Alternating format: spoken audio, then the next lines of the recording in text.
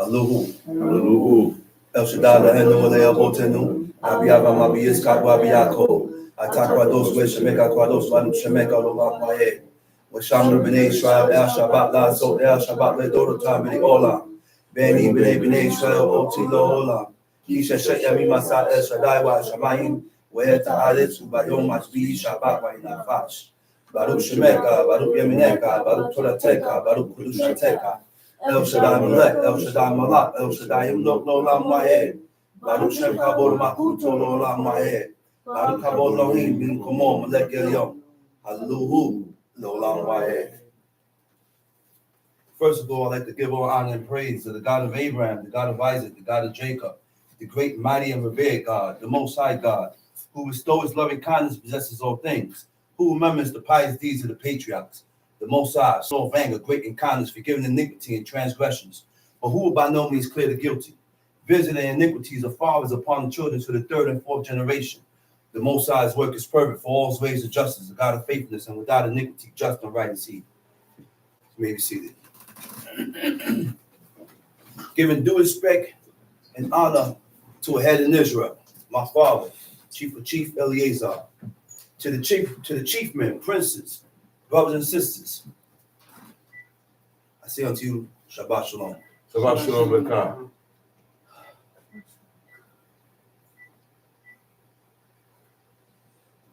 We could never stop reading this book. We could never stop reading this book, because this book, in this book that we read from, shows us the keys to life. In this book that we read from, shows us the keys to bring us closer to death. So now we have to read this book with a certain type of with an initiative. We got to read this book with a willing heart. We got to read this book with a desire to change, to get better before God. This is why we must continue to read this book. Okay? Now, this book that we read from is going to show us how to live according to the standards of God. This book is going to show us how to live according to the standards of the Creator. All right? Now, let me explain. Let me show you how to recognize the work of God. Because a lot of people can't recognize the work of God. All right? Anytime you start formulating ideas, and opinions, your ideas and your opinions don't have to be right. But these ideas and opinions been created and formed in your mind. Anytime you begin to formulate ideas, right, and feelings in your mind, ideas and feelings, this is what people use to guide them through life. Yeah. People use their own ideas and feelings to guide them through life. And your ideas and your feelings don't have to be correct. Your ideas and feelings may have been contrary and opposite to what God says. Mm-hmm. Your ideas and feelings can be contrary and opposite to what God says. So why we continue to follow after our own mind when what's inside of us is evil? God said that. God said we got two things in us. We got two things in us, good and evil. So you ain't all good. That's what people need to realize when they start to dish out. Realize one thing with yourself, that I'm not all good. I'm not 100% good. I'm not 100% good. There's no big I's and little U's. There's no big sin. Well, I ain't never did this, but you did this. We all in the same boat. We all transgress. We all violate. When we begin to realize that, then I will have more mercy on my neighbor. When we begin to realize that, then I will have more mercy on you. Because I'm not going to pick up your faults. I'm not going to pick up your faults like I'm correct, like I'm good. like I'm Miss Goody Two Shoes, like I don't violate the laws. Now you want to upgrade and magnify your faults. Look at yourself like you good, like you did something right. But I'm going to show you how to recognize the work of God. I said, I'm going to show you how to recognize the work of God. So now you have formulated these ideas and feelings in your mind. You formulated these ideas and feelings. So what took place now? Because you formulated these ideas and feelings in your mind to cause you to look at this person or that person or whoever like they're wrong, and the ideas and feelings caused you to do what? To distance yourself away from God. The ideas and feelings that you formulated in your mind caused you to pull away from God. The ideas and feelings caused you to pull away from the person that showed you who God was. Huh? Now, when you start doing that, check yourself, because guess what? Those ideas and feelings that you think came from God didn't come from God. It didn't come from God. God didn't put that idea there. God didn't put that feelings there, because God is not going to put feelings and ideas in your mind to cause you to turn away from him.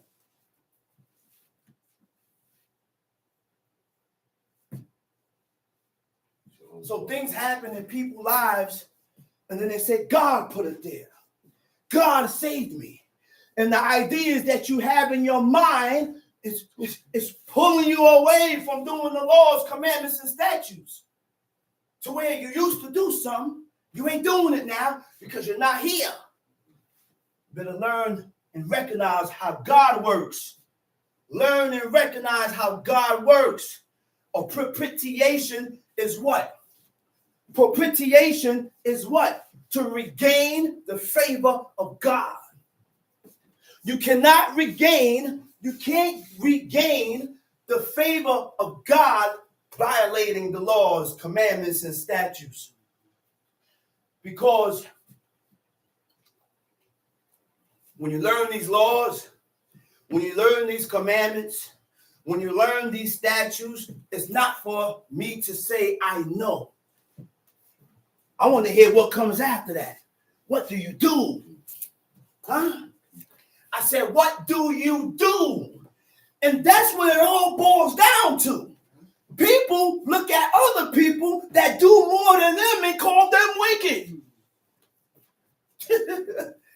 How you going to call that man wicked and he sacrificed himself for the laws and the commandments of God? How you going to call that man wicked and he washes before the sunset? How you going to call that man wicked and he don't wear nothing mingled? How you going to call that man wicked and he watches his diet?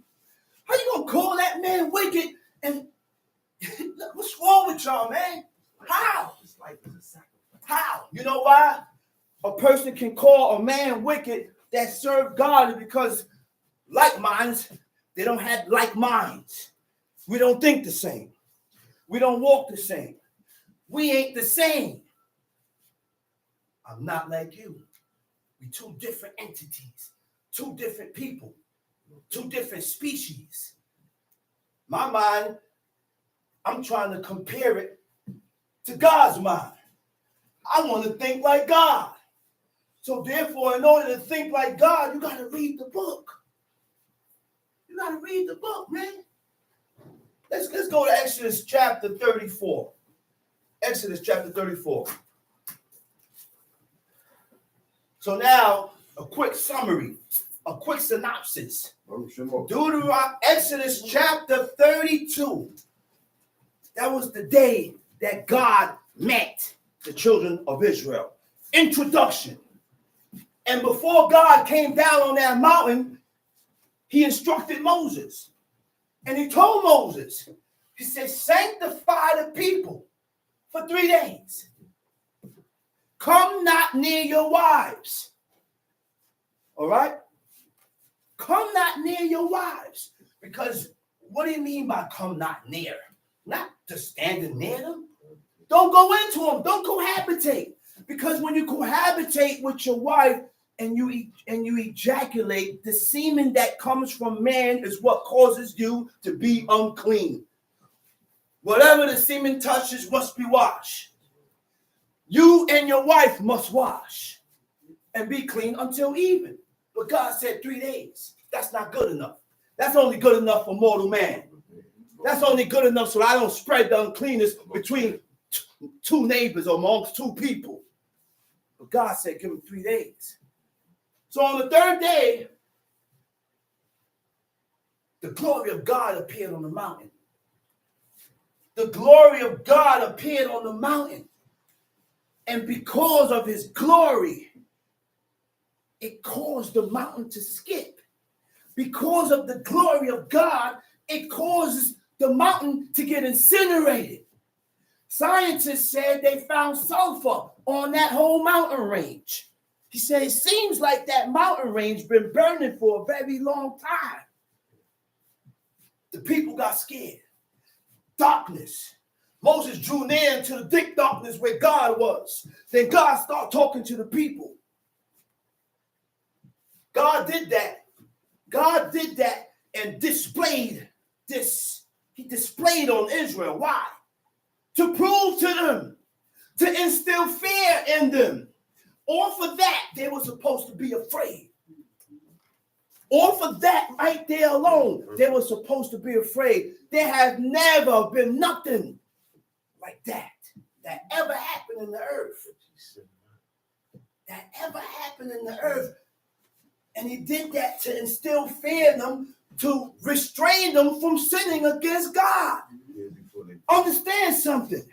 If you're not afraid, then you're going to continue to sin. I try not to profane the Sabbath because I am afraid of profaning the Sabbath and of what may happen to me if I profane the Sabbath. That's how we got to think. We can't make moves, and the moves that you make interacts with the laws and the commandments of God. Okay, let's read. And the Lord said unto Moses, hew thee 2 tables of stone like unto the first, and I will write upon these tables. Look, God told Moses, he said, listen, now the Creator wanted to destroy and wipe out the whole nation. Everybody that was included with that fiasco, what was they call it? Mm-hmm. Everybody was gone. But Moses spoke up for him. Moses spoke up for him, which means what? Moses was not a selfish man.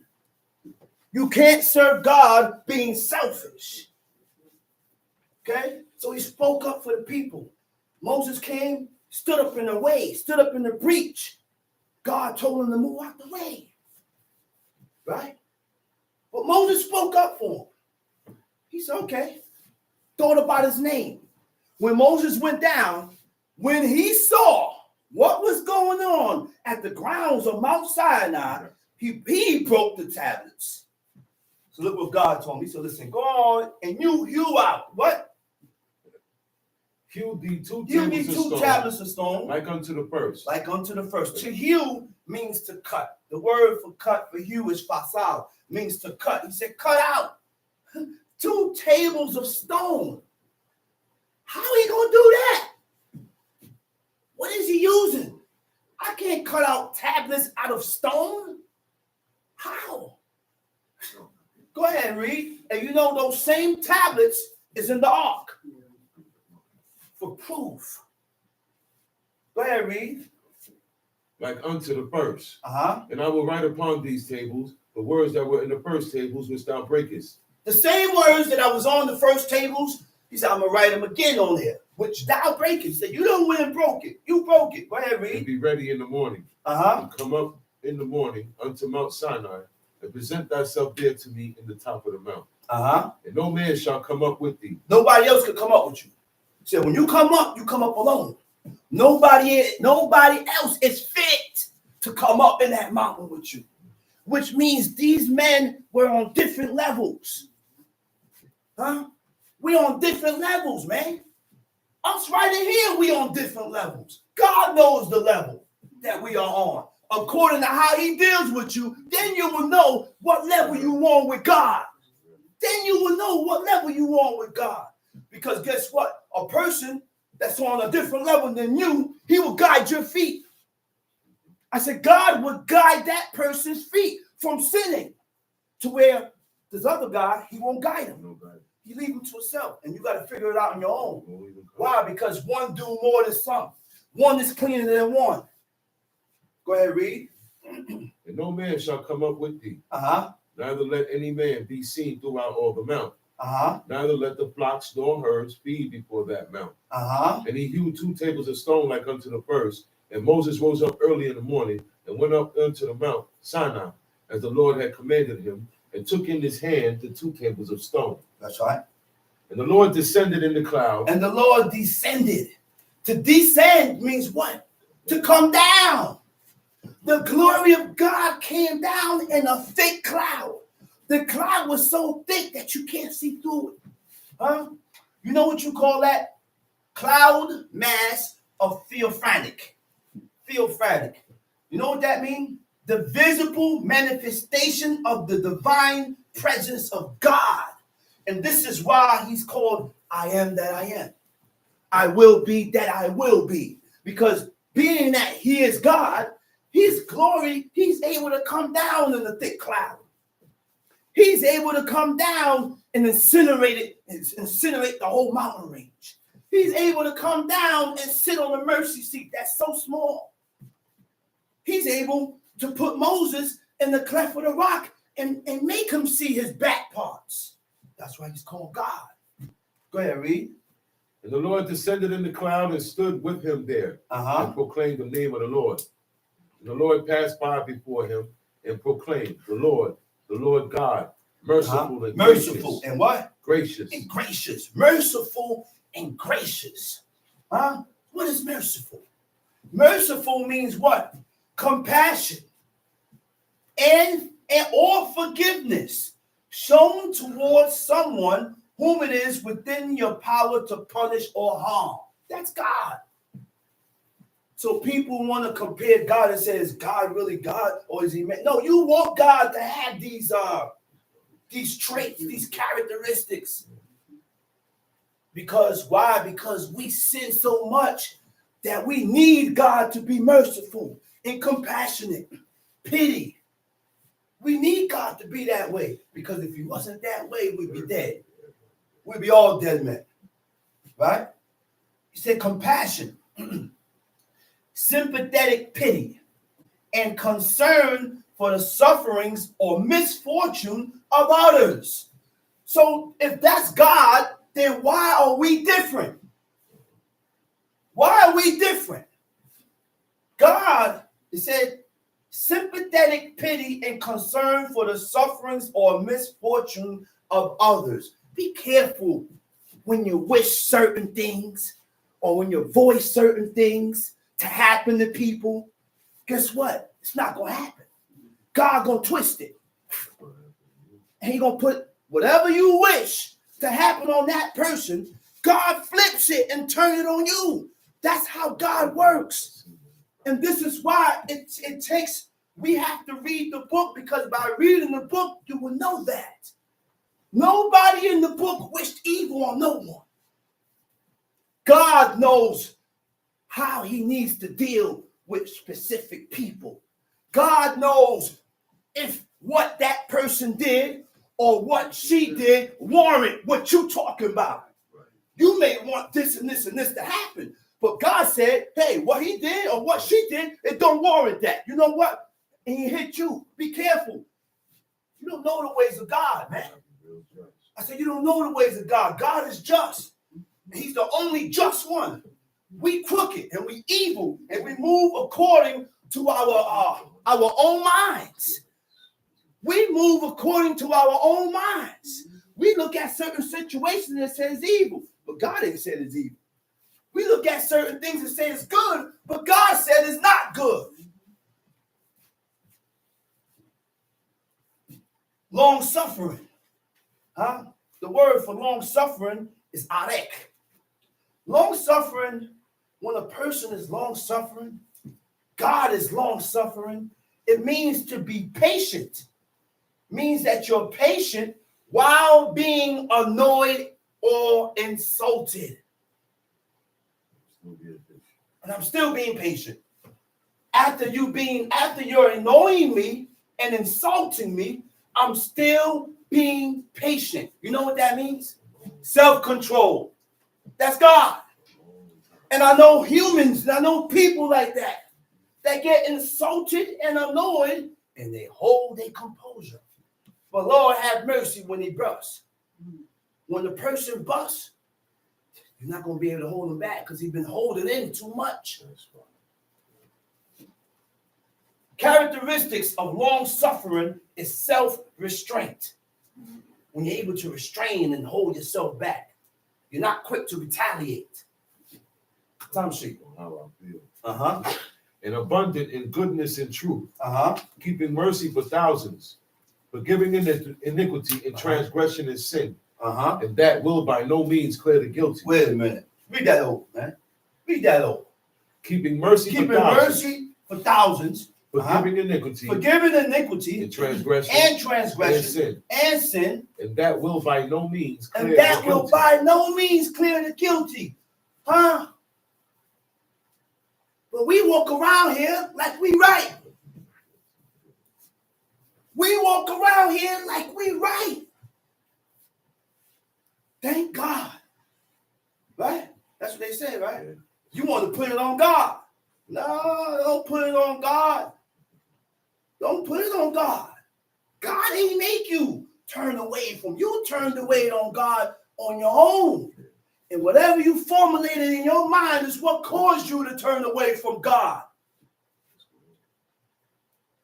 Yeah. Because guess what? All through the book that I read, you need a guide. I need a guide. You need a guide. We all need a guide. You can't turn on your guide. That's right. Your guide is the one that showed you who God was. That's right. And if you would have never met your guide, you would never know who God was. That's right. You would have been worshiping idols. That's right. You would have been worshiping wood. That's right. You would have been worshiping stones. That's right. You've been worshiping everything else. Yeah. You've been worshiping the gods of Egypt. Yeah.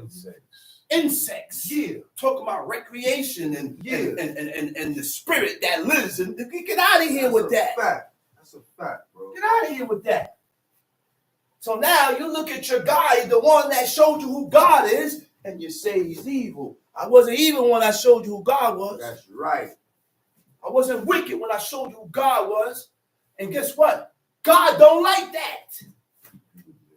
Remember that. Listen, man. We got to read the book. God said, don't never turn on your guide. God said that.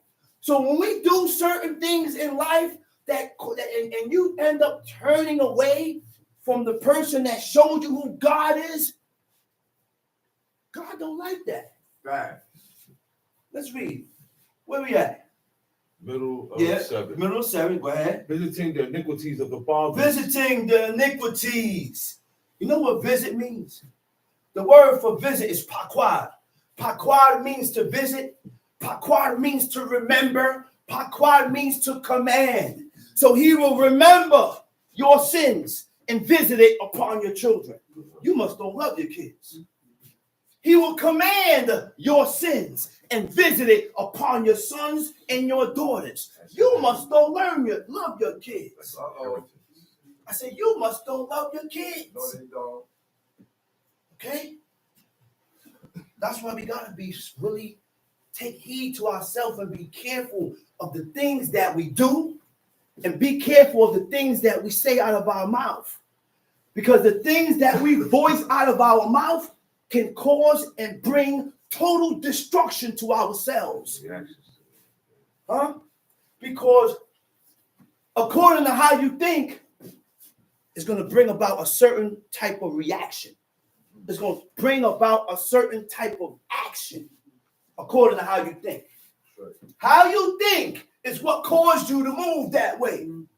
How I think is what caused me to move that way. But the difference between you and this person, one recognizes his faults and say, yo, I messed up. I violated. That's what this guy said. But this one, he don't want to recognize their faults. He or she is too busy pointing their finger at you. You kidding me? But you're not on that plane. You're not on that same level. And then when someone trying to show you, it still just blows. That plane flashing by. You can't catch it. Can't catch it. That's why you need a guide. Let's read. Visiting the iniquity of the fathers upon the children. Upon the children's children. Upon the children. You hear that? He will visit and command your sins to visit upon your sons or upon your children.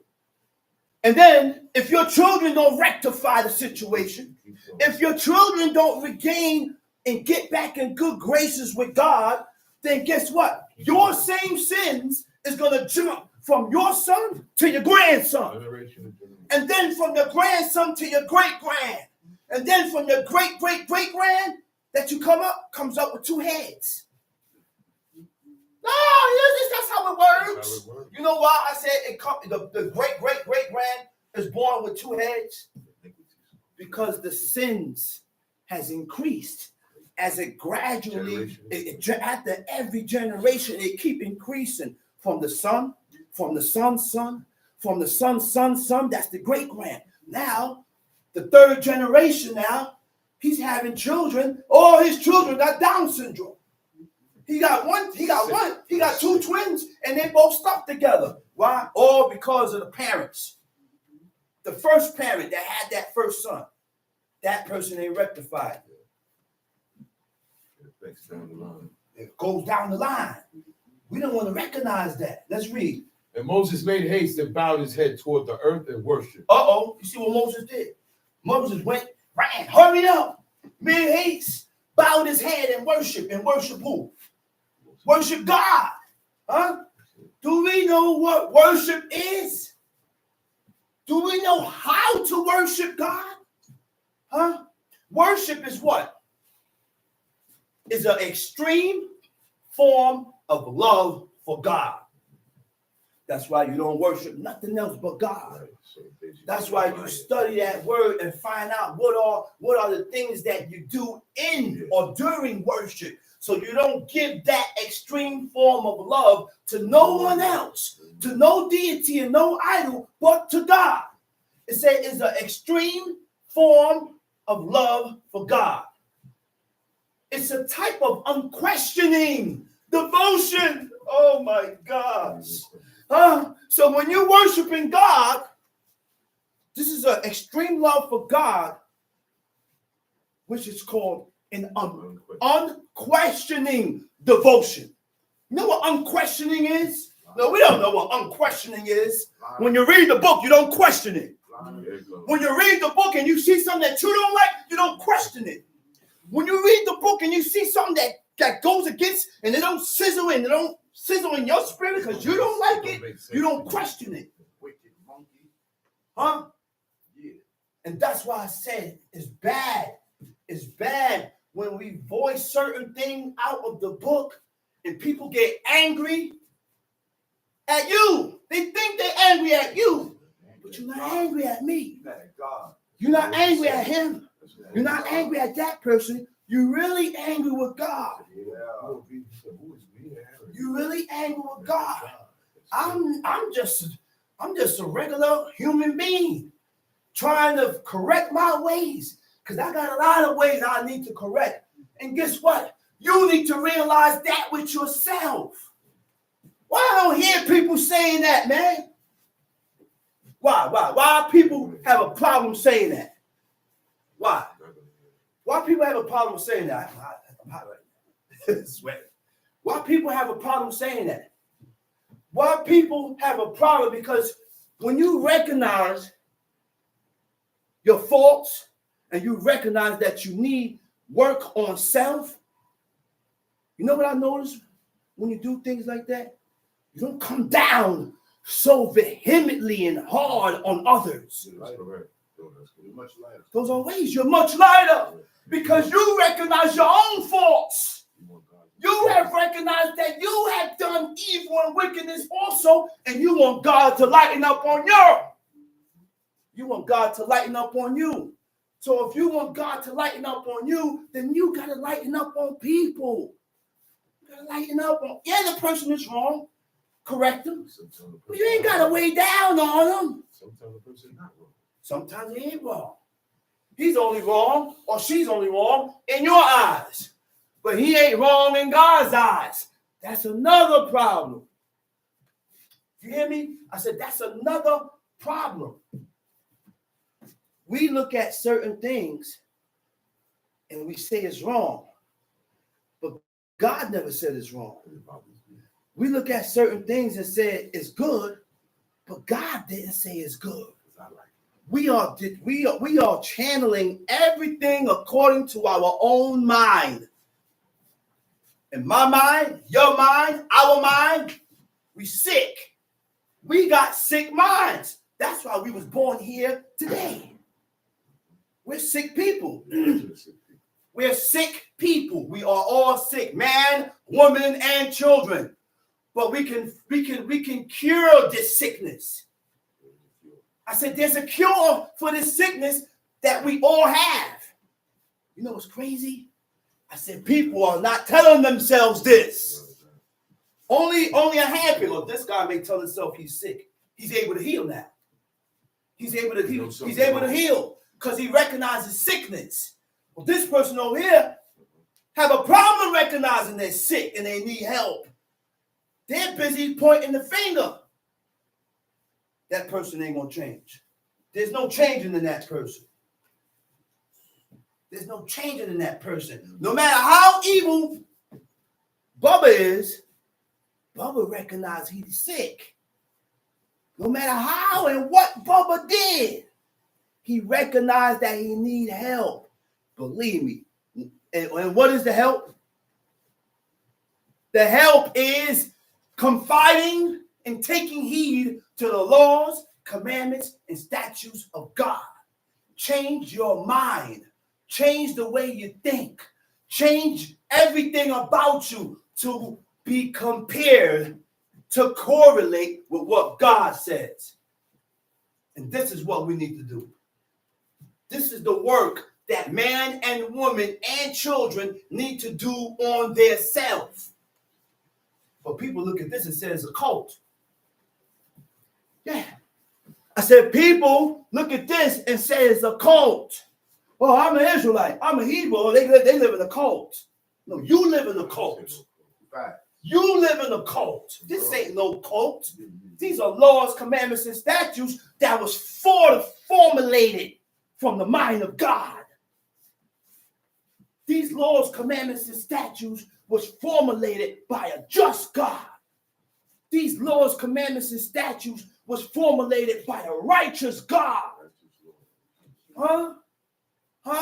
And when you decide to live any other way besides following God, you the one that's evil. Yeah, I'm evil, but I still got a little I'm still halfway. You know I'm halfway? You know I'm halfway? You know why you're halfway? Because we still here. We still here working on ourselves. What's keeping you here? I said, what's keeping you here? You ain't got to be here. It's choices. God gave man and woman choices. Some people just quick to follow the choice, and it could be the wrong choice. This wrong choice that you don't follow, the longer you stay out, the harder it is to come back. Let me repeat that again. I said, the longer you stay out and away from this, it's the harder to come back. Sometimes when you try to come back, God pushes you back out. I said, God push you back out because you've been out there too long and you done did things that you was not supposed to do. which cause you to stay out there. Things run off of time. Everything runs off of time. There's a certain time limit where the doors stay open. But Lord have mercy, when the time run out and those doors close, there's no coming back. There's no coming back. Okay? Now let's check this out. Worship is an extreme form of love for God. It's a type of unquestioning devotion to the Most High. If you worship God, I said if you worship God, then that shows the love for God so much that you don't question what you read. That you don't question what you read. So what that mean now? This is not your God.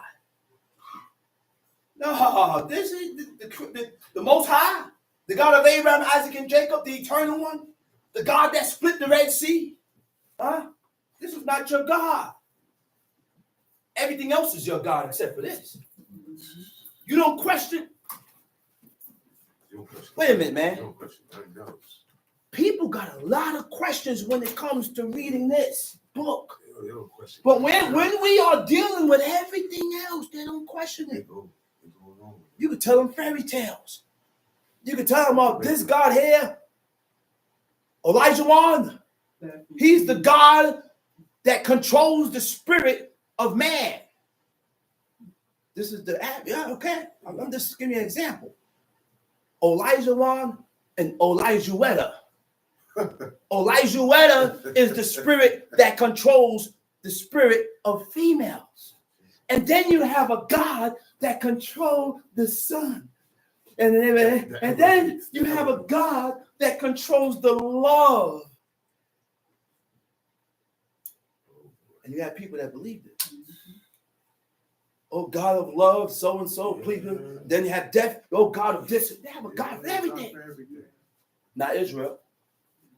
I said this. One. Let's read, man. Let's read. And he said, if I now I have found grace in thy sight, O Lord. Wait a minute. What verse you at? Verse 9. What verse you at? He said, and if I have found grace in thy sight. You hear what Moses asked God? He said, if I have found grace in your sight, O Lord. Pleasing. If I'm pleasing in your eyes, O Lord. You can't find grace and you can't be pleasing in the eyes of God doing things contrary to what God says. You can't find grace and be pleasing in the eyes of God if you profane the Sabbath day.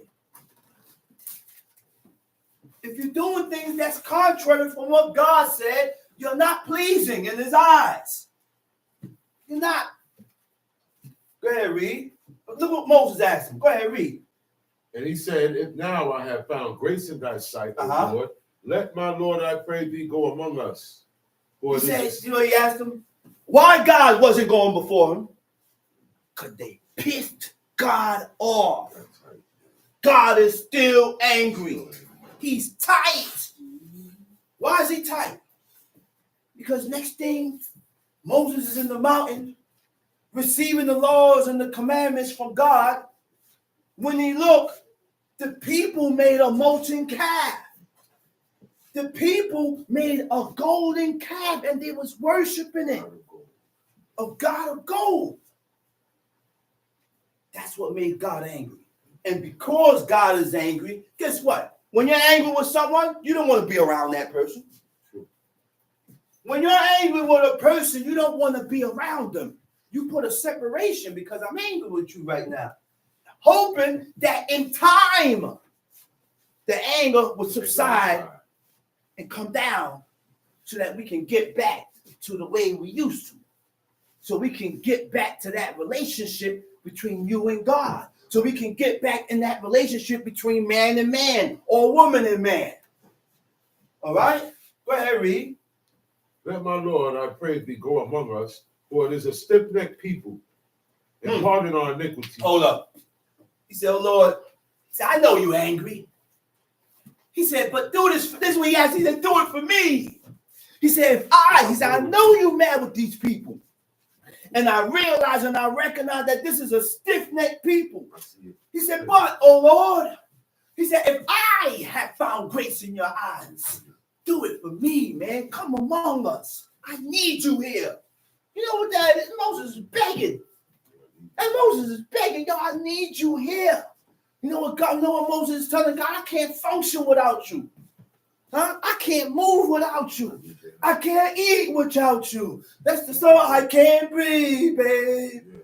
I can't sleep, babe. You know I can't. That's what Moses crying out to God. That's going to God. He crying out. He said, man, if I have found grace in your eyes, please come amongst us. He said, I can't. And you know what's the crazy thing about it? You know what's crazy about it? That this man was able to recognize when the presence of God was not close, when God wasn't near. He was able to recognize that, man. And you want to talk? We can't talk junk about none of these men in this book. I don't care what they did. You know why? God used these men for examples of what to do, what not to do. From the prophets, the kings, the priests. You're right. I don't down nobody in this book. Those are my fathers. Those are my forefathers. These are the men that showed me how to serve God. So dig me talking about Ahab. Dig me talking about King David and what he did. Ahab, what he did. Saul and what he did. I'm not downing nobody in this book. But it takes a certain type of mentality to realize that. Because we don't think the same. I say we don't think the same. Come on, man. Let's read. A stiff-necked, okay. A stiff-necked person. A stiff-necked person is proud. Do we know that? Yeah. I said a stiff-necked person is proud. Huh? That's why you're stiff-necked. Okay? And because of you being proud, you won't change. You won't, because of you being proud, you won't acknowledge your fault. You're not going to acknowledge your fault. I said a stiff-necked person is proud and unwilling. He's proud and unwilling to conform. A stiff-necked person is proud and unwilling to conform. To conform means what? To agree. Right? Uncompromising.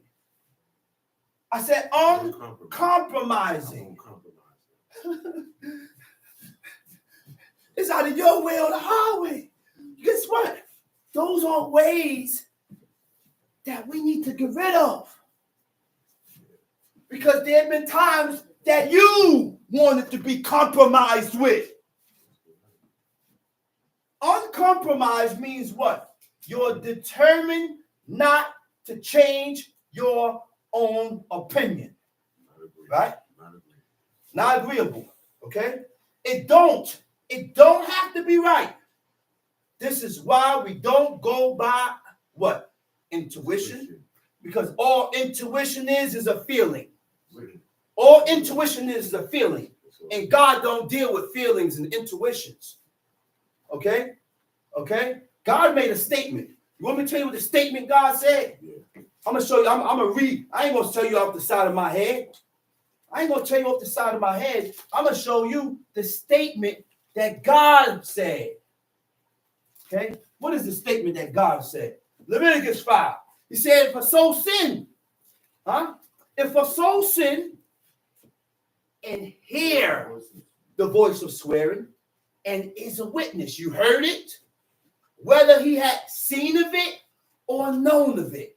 So this deals, you can only rectify a situation or come up with a situation if you've seen it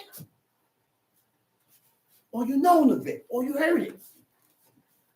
Seen it or heard of it. You ain't seen it. So how you going to say what it is if you ain't see it? If you ain't see it, you have nothing to say. You ain't heard it. You had nothing to say.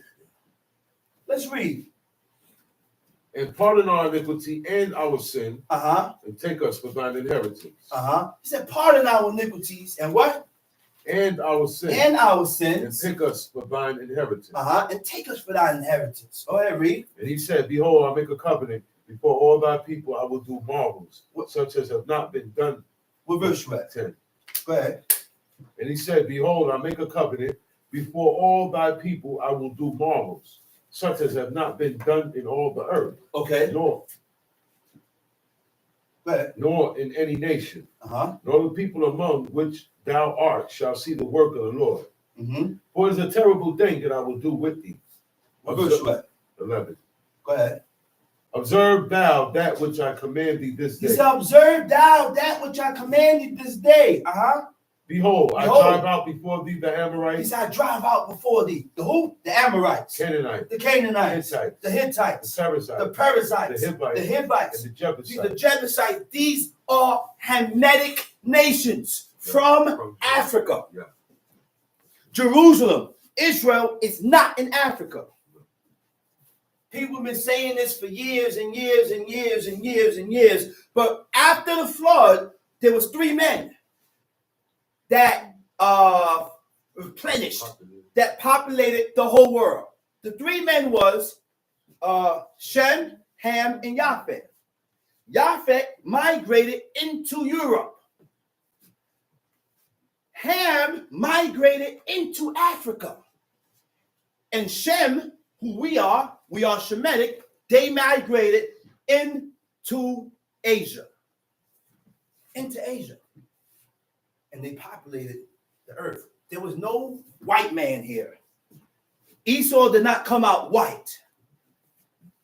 The word Esau, Edom, means red. Reddish brown. The color change started in the year, I don't remember, but when they migrated into the cold region where they started and began to lose melanin after generation and generation and generation of living there, less sun, you lose melanin. The texture of your hair changes. Let's read.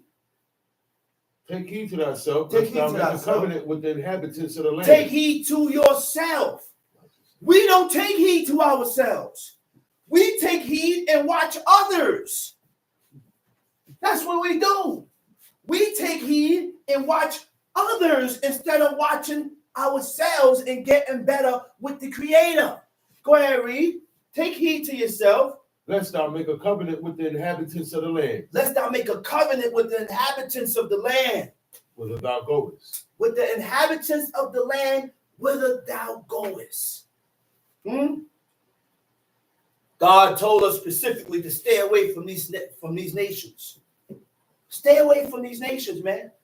Don't make no agreement. Don't make no covenant with these people. Because by you making a covenant with these people, they're going to turn you away from serving God. Okay? Go ahead, read. Lest it be for a snare in the midst of thee. But ye shall destroy their altars. But ye shall destroy their altars. What is an altar? An altar is something that was used for worship. All right? That's why we don't buy secondhand furniture. People use stools, anything for altars. People take that, put candles and pictures and put food there. That's why we don't buy secondhand furniture. You don't know what that furniture was used for. Right? Destroy their altars. Break their images. Break their images. You know what images is in the Hebrew? It says Matzeba. Matzeba is a monument or tombstone, right?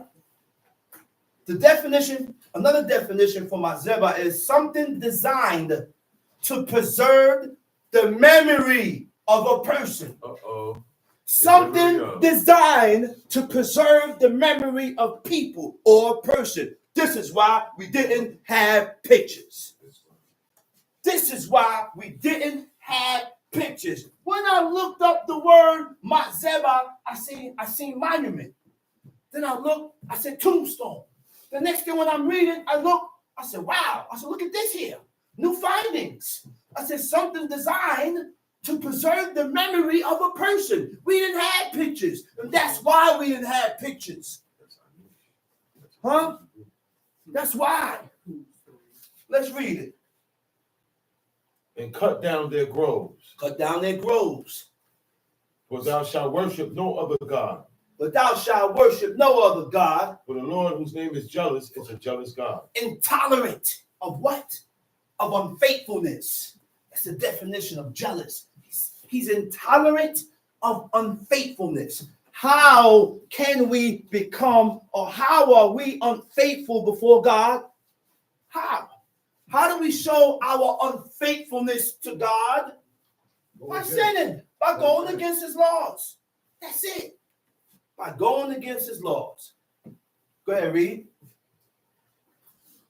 Lest thou make a covenant with the inhabitants of the land, and they go a whoring after their gods. They go whoring after their gods. They go astray after their gods and do what? And do sacrifices unto their gods. And one call thee, and thou eat of the sacrifice. They do sacrifices to their God. One call you, and you eat from it. So there goes your Thanksgiving. Get that call. When people cook in their houses Thanksgiving dinners, and you eat from that Thanksgiving, that food that was prepared for that Thanksgiving day, you are eating from the sacrifice of a deity. That's right. You are eating defiled foods. That's right. When you go to a person's house and you eat their Christmas dinners, you are eating the sacrifice of that God, which is cursed. That's right. That's the reason why when you decide to serve God and to keep his laws and his commandments, there has to be a separation. I don't care if he's my father, mother, sister, nobody. You know why I said that? Because I read it in the book. I said I read it in the book. That's right. I gotta separate myself, and I'm on my own, and I gotta cause my parents, my aunts, my uncles, my brothers, my sisters, and you gather everybody in one house, and you sit them down, and you stand up. Mama, Papa, brother, sister, cousin, listen, please. I live this way. This is the way I want to live.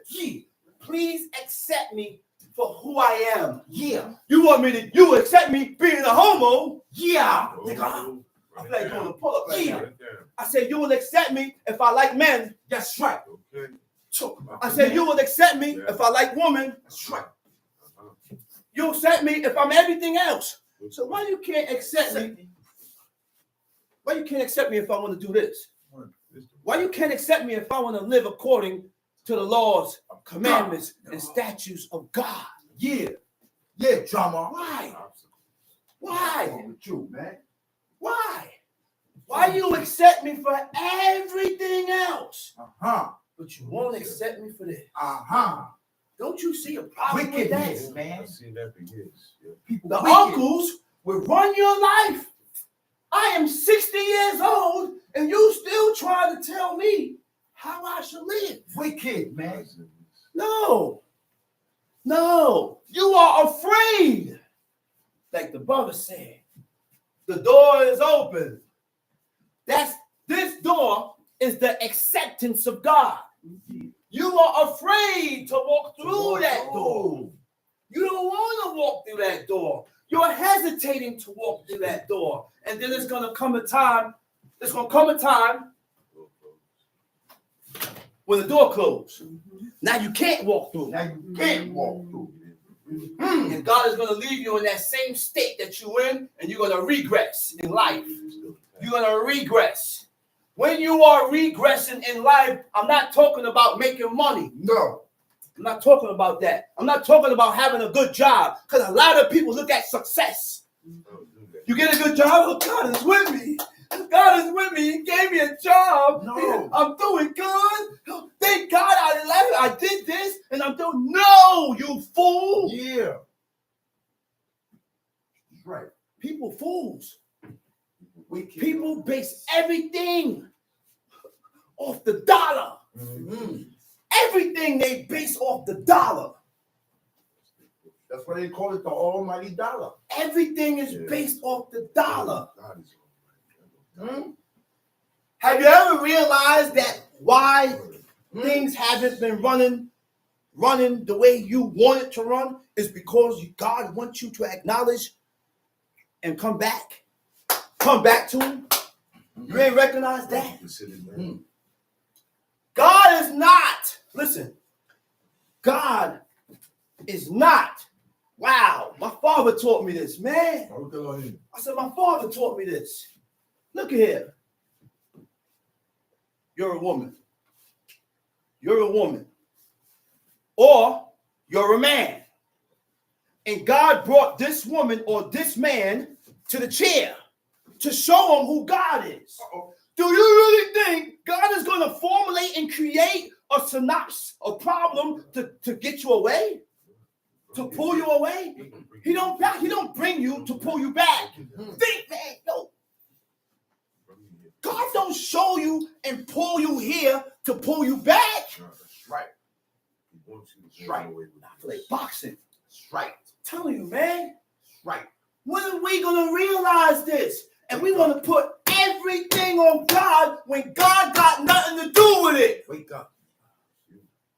It's you. Yeah. God got nothing to do with it, man. Nothing at all. God is not going to wake me up and pull me and take me to the water to poison me. No. He said, drink, Shama. Drink. I want you to drink. This is life. I'm going to bring you, Shama, come on over here and let me through the vehemency of my spirit like Ezekiel.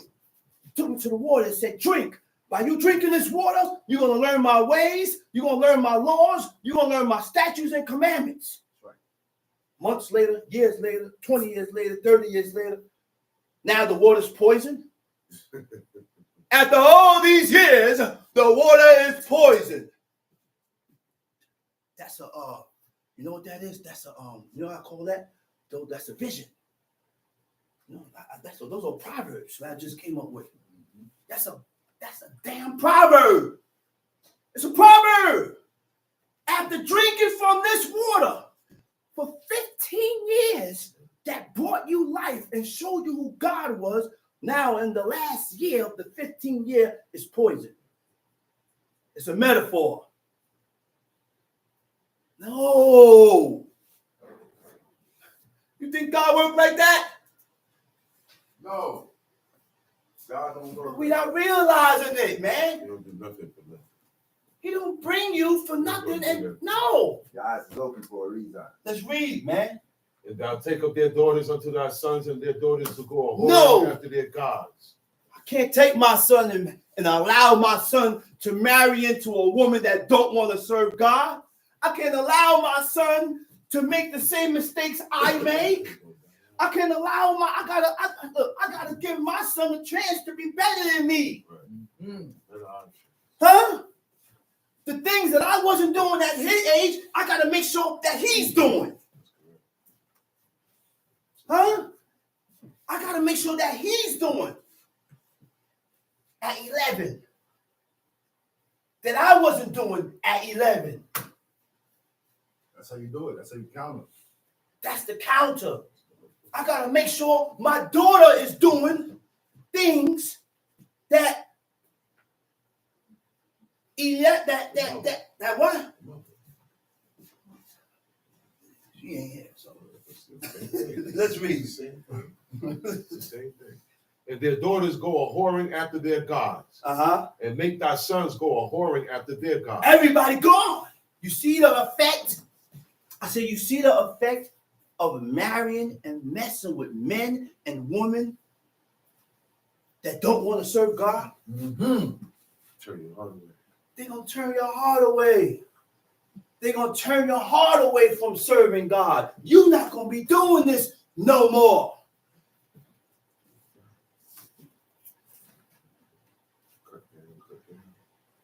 You ain't going to be doing this no more. So when you find a man or a woman that want to serve God, that's what you hold on to. Mm-hmm. Hold on. Grip. You got to grip that, man. Listen, man, hold on. Listen, listen. I crossed the 7 seas for you. I'll drown for you. What? You want to serve God? Man, I'm coming to get you. Like my father said, take a hold. Take a what? Take a hold of my strap. That's right. I'm coming to get you. I done found one that want to serve God. I'm not letting that go over some foolishness. No. Let's read it. Thou shalt make thee no molten god. Thou shalt make thee no molten god. What is the Hebrew word for molten god? Molten god is what? Where is it? Where you at? Maseka. Maseka lota seleka. You know what maseka is? In the Hebrew, it says a mask. Maseka is a mask. Okay? Now, how would they make a molten god? First of all, before you make a molten god, you need a mold. You got to melt the gold down. They knew the correct temperature to melt the gold down, and then they pour it inside of the mold. Now it's into a molten calf. That's why it's called egel. Egel is a calf. Egel Maseka, the mask of a calf. And that's what they had at the grounds of Mount Sinai. They was worshiping it. But that deity commemorates and took them back into Egypt. Apis the bull. Egel Maseka. Which means when you come to serve God, come with simplicity of heart. You know what simplicity of heart is? Clear your mind of your past life. Don't come learning about God with a whole bunch of deities in your past life in your mind, because you don't need to make no comparison. There's no comparison here. Huh? You can't compare. Let's read it. The feast of unleavened bread. The feast of unleavened bread. The feast of unleavened bread, not the feast of crackers. Right. Matzos is crackers. Yes, it is. That's not bread. That's not bread. And matzos also have leavening in them. Yes, it does. Okay? What causes the matzos to have leavening? The Jewish man make the matzos, and they tell you it's unleavened bread. That's right? But what causes the matzos to have leavening? Let's realize something now. When, okay, I didn't read nowhere in here. I said unleavened. The matzos is leavened. Right. I said unleavened. The matzos is leavened. Right. And when you read the book shows you how to make the bread how to make the bread leavened. Right. What causes the bread to be leavened is the kneading. The kneading process. When you knead the dough, it causes, that's the beginning of the leavening process. And I don't talk off the side of my face. I don't say things because that's what I think. I speak and I say things because of what I read in the book. All right? So to substantiate and to solidify what I'm saying, I'm going to show you a point. I'm going back to Exodus 34, but I'm going to show you a point in Hosea chapter 7. Hosea chapter, you ain't got to go there, brother. You can stay right there. Hosea chapter 7, verse 4, right? It says, they are all adulterers. I said, they are all adulterers. What is adultery? In this point, it ain't talking about adultery between man and woman. You know what he mean by adultery? And why God said, he said they are all adulterers? Because we turned away from God and gave his glory to idols and deities. Right? He said, as an oven heated by the baker, who ceased it from raising after he kneaded the dough until it be leavened. So you knead the dough, and when you're kneading the dough, it causes the dough to be leavened. Okay? Tamshi, read. 7 days thou shalt eat unleavened bread, as I commanded thee, in the time of the month Abib. For in the month Abib thou camest out from Egypt. Wait. Does it say month or year? Month. I said, what you said? In the time of the month, Abib. In the time of the month Abib. For in the month Abib. For in the month Abib is what? Camest thou. Came as what? From Egypt. Out of what? Out of Egypt? Uh-huh. It said the beginning of months too in Exodus. Yeah, it don't say the beginning of the year. The beginning of the months meaning what? That's the first month. Yeah, that's all. That's all it means. This is where you start counting. The beginning of the month, this is when it starts. Why we like to correlate the ways and the customs and the traditions of God with heathenistic customs, heathenistic traditions, heathenistic ways. Why do we do these things? Why? Because we yearn to be like them. But God, and realize something, God gave us laws, commandments, and statutes to separate us. God gave us this law, commandments, and statutes to differentiate us. God gave us these laws, commandments, and statutes to make a difference between you, Israel, and the neighboring nations around us. That's why God gave us these laws. We different. God gave us these laws because we special.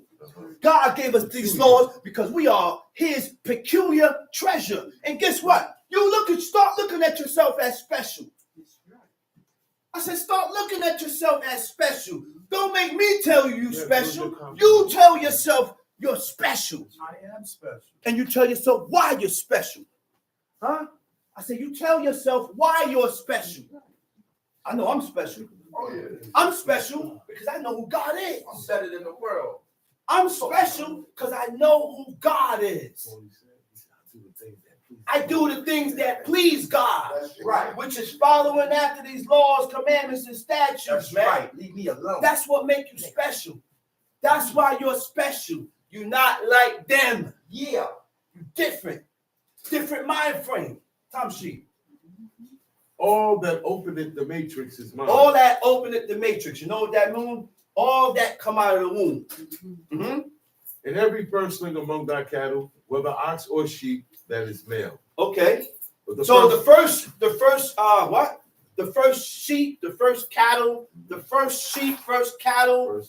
first ox, those things are dedicated to God. We got to take that and go sacrifice it and give it an offering to God. I can't eat from that. We can't use that. This is done with. We can't send up no more offerings. We can't send up no more sacrifices because we don't have a high priest and we don't have a temple. There's only one temple. You ain't got an ox. There's only one temple. I don't even got an ox. I ain't got no sheep. I ain't got no ox. I have no livestock. I ain't got nothing. I don't even have a pot to. What do you do? A pot to urinate in. Or a window to throw out of. I don't got nothing. The money that comes in, just enough to pay my bills. I ain't got nothing. All I got is Casey. You know who Casey? Those who know who Casey is, and she's scorned and shows her teeth only to one man.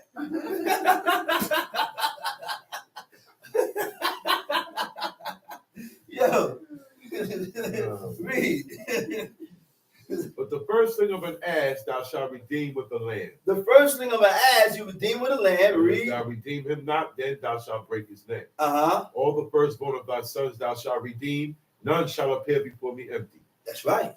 6 days shalt thou work, but on the seventh day thou shalt rest. 6 days thou shalt work, but on the seventh day thou shalt rest. Sleep. Huh? And he ain't talking about sleeping.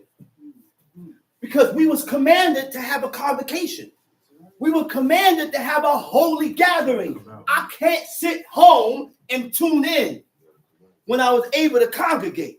You can't put yourself in the predicament where you can't congregate. You put yourself there. You put yourself there. That's right. So if you're near a convocation and you're near camp where you can congregate, no one should be home on their laptop streaming. That's right. You should be in that camp. That's right. Because if you stay home and you stream, you violate and you profane the Sabbath day. That's right. Leave the streaming for people that can't congregate. That's what you do. Leave the streaming for the people that can't congregate. That's what it was for. Why? Why I said this? Because that's what God said. When I come up here, I don't speak my own mind. I don't speak nothing that come to my mind. Nothing. This is not the day for me to speak my mind. This is not the day to speak about current affairs. This is not the day to speak about current events. Yeah. This is the day to speak and glorify God. That's it. Tom Street. In earing time and in harvest thou shalt rest. Uh-huh. And thou shalt observe the feast of weeks, and of the first fruits of wheat harvest, and the feast of ingathering at the year's end. What verse you at? Verse 23. Let's go.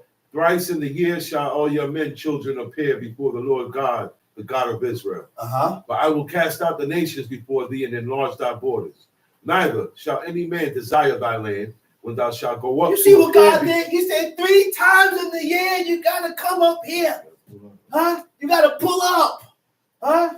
And don't come before me empty. He said what? He said, for I will cast out the nations before thee and enlarge thy borders. Neither shall any man desire thy land. While you're in Jerusalem, observing the Feast of Unleavened Bread, the Feast of Weeks, Everybody. the Feast of Booths, and the land is vacant and no one's there, God's protecting that land. Now God is going to guard that land. He's not going to allow it to get plundered. He's not going to allow for other nations to ransack your area, your spot.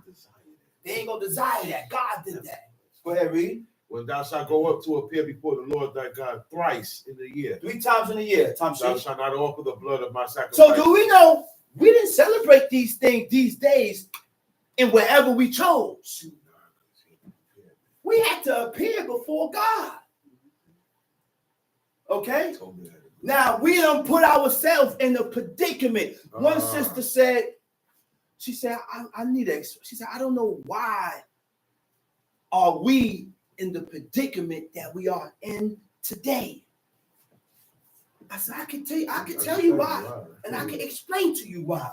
Why we in the predicament we are in today. Because we have turned against the fountain of living waters. You know what the fountain of living water is? That's God. That's the eternal one. That's the Most High. That's the God of Abraham, Isaac, and Jacob. He said we turned on God by what? Despising his laws, by hating his laws. Go ahead, read. Thou shalt not offer the blood of my sacrifice with leaven.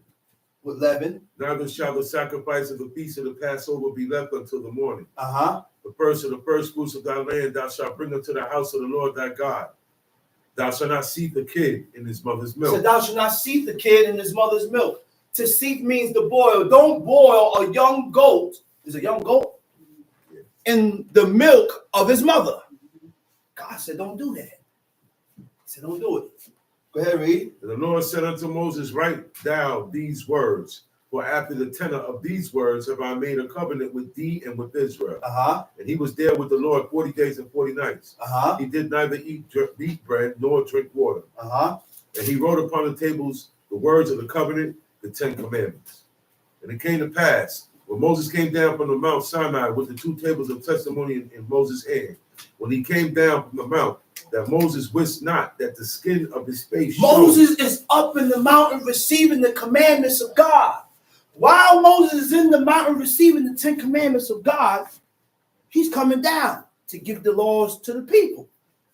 But he didn't know that his face shone. You around energy. God said, he said, listen, he said, my face, God said, my face is 10,000 times brighter than the sun. 10,000 times brighter than the sun. You hear that description of God? Not just brighter than the sun. He said, no man. 10,000 times. He said, no man can look upon me and live. That's why you can't look on him and live. That's why you can't see his face and live. Because the radiant, the beam and the energy is going to consume you. It's going to consume you. You're going to be dead. You're going to die. You can only envision God in the spirit form. It don't affect the spirit. But bodily form, you're done. You hear that description of my God, man? Ain't no deity got that description. No idol got that description. But yet we continue to follow after the ways and the customs of these pagan customs. We continue to follow after the ways and the and the traditions of these pagan customs that we don't read in the book. It's not hard to follow God. Oh, we got the blueprint right here. You know how long and how many hundreds and hundreds of years this book was preserved? I said this book was preserved for many years. You know who preserved this book? God did. So that we don't have a reason or an opinion, no excuse to say that you didn't know. Because the book been sitting on your shelf for many years. You just never picked it up. You never picked it up and opened it. Or if you didn't pick it up and open it, someone told you who God was. God allowed you to come this way and to be explained who God is. And then you stay for a month or two and disappear. You're going to be held accountable. You're going to be held accountable. Don't come up with a reason or an excuse of why you're not serving God and doing the things that is lawful and right by God. Tom Shee. Moses wished not that the skin of his face shone while he talked with him. Okay. And when Aaron, cut that. Let's cut that. I got a whole lot to bring. I'm going to go into Judges now. Let's go to Judges 19. Judges 19 have a lot of excellent points. Judges 19 have ways and customs in here that we need to be following to gain the attention of God. Let's read it. Judges chapter 19.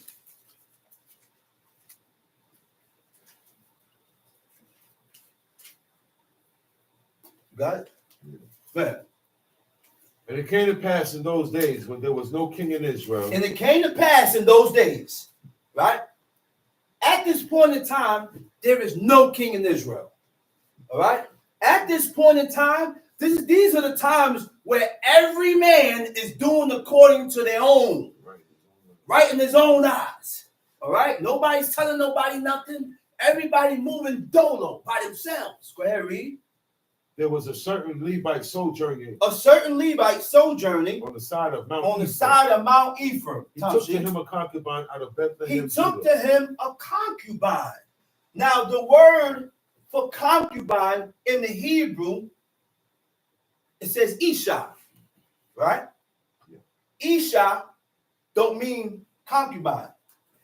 Isha means wife or woman. Okay? We're going to read on. Okay, so it says, the Levite sojourned on the side of the Mount Ephraim, who took to him a woman out of Bethlehem, Judah. Tom Shee. And his concubine played the whore against him. Now, in verse 2, he said, and his concubine played the whore against him. Now, the Hebrew word for verse 2 in concubine is pilegesh. This is why, now realize, why wasn't she a wife? Because these are two tribes. The Levite cannot marry out of his tribe. So once you taking a woman and she's not of your tribe, she can't be your wife. She's your concubine. Okay? Now, okay, and his concubine, right, played the whore against him. Now, the Hebrew word for whore is what? Zanah. She played the whore. But guess what? You can play the whore without having sex. Huh? Did I blow your mind just now? I said you could be a whore without having sex. How? Tell me how. I said you could be a whore without having sex. Tell me how. You don't have to have sex to be classified as a whore. Tell me how. I'm going to tell you how. Tell me I'm how. going to teach you how. And I'm going to show you how. The word whore in the Hebrew is zanah. Zanah means what? To prostitute oneself. She didn't do that. It also means to fornicate. She didn't do that. It also means to go astray. She went astray. What does go astray means? To go astray means what? Off the right path or route. I done showed you the correct way to serve God. I done showed you the correct way to serve God. You done left off and now you're following your own way. Now you're following your own path. Now you're following your own route. Huh? What's the other word? Straying. Straying means what? To wander from restraints. To wander from restraints of the laws of God. When you wander away from God, from the restraints, because these laws give you restraints. Like the word restraining orders. The restraining orders are instructions. Don't do this, don't do this, don't do this, don't do this. Make sure I'm in the house at a certain time. Those are restraining orders. Once you go against those restraining orders, you violate. There's penalties. She went, huh? Okay, so it said the concubine played the whore against him. How she played the whore? How she went astray? What happened? And went away from him unto her father's house, to Bethlehem, Judah, and was there 4 whole months. So she left her husband. She left her husband and left her husband, went away to her father's house. And that's what they do. I ain't going astray. I went to go my father's house. But guess what? We gotta realize the book. You have a father. The father comes with his wife, and he brings his daughter to marry her off to him. When the father marries his daughter off to him, she becomes his family. She becomes a part of his family. This is why Laban told Rebecca. Rebecca was told, be thou mothers of thousands and millions. Huh? That was Rebecca. He said, be her parents told her that. After that, she never went back to see her father. Her father was Abraham now. Her mother was Isaac now. That's right. When she can't leave off from him, from Isaac, to go back to her parents. But guess what? In your mind, it's weird. That's how it goes. I said, according to the heathens, or according to you same people that sitting in here with this heathenistic mentality, you looking at it as weird. I ain't playing a whore. I'm going to see my father. Okay, go ahead. God said you're a whore. That's right. That's right. And again, you don't have to play the whore by having sex. That's right. Once you go astray or you wander off that right path or the route that your husband showed you, break off. That's it. That's right. Where we at? Okay. He said, read verse 2. Read it. And his concubine played the whore against him. And went away from him unto her father's house. And that's how she played the whore. That's how she went astray. By leaving her husband's side and going to her father's house. Time sheet. And was there 4 whole months. 4 months. 4 months. Go ahead, read. Her husband arose. Her husband got up. And went after her. He went after her. Huh? To speak friendly unto her. Now in the Hebrew, it don't say friendly. He said he got up. And he went after her to speak to her. Oh my goodness. This is the key here. You know what that means? Dabar al lebo. Lebo means according to her heart. You know what that means? I'm going to kiss my Mima right now on her cheek. It means to speak to her concerning her heart. You know what that means? He considered her feelings. We wasn't tyrants. We wasn't tyrants. Baby, if I did something wrong to offend you, I'm sorry. And that's what men do with their wives. That's what men do with the woman that they love. Sure. I'm not a tyrant. I'm going to continue. I'm going to continue taking a chair and flipping it. My wife is, now mind you, while I'm flipping the chair, it's aggravating my wife. Come on, baby, I'm sorry, baby. I ain't going to flip the chair no more. I'm sorry. But you know what's the crazy thing? Men have softened up. And they go to gain the attention of the woman. But then the woman get like steel. You want to try it? Jump through that wall, see if you penetrate it. Oh, yeah, that's today. I bet you're going to come up with a head injury. Jump through the wall. I dare you. The wall is my wife.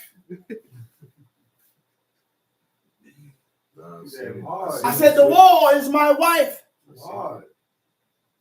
is wrong with you? The man is begging and pleading, trying to penetrate.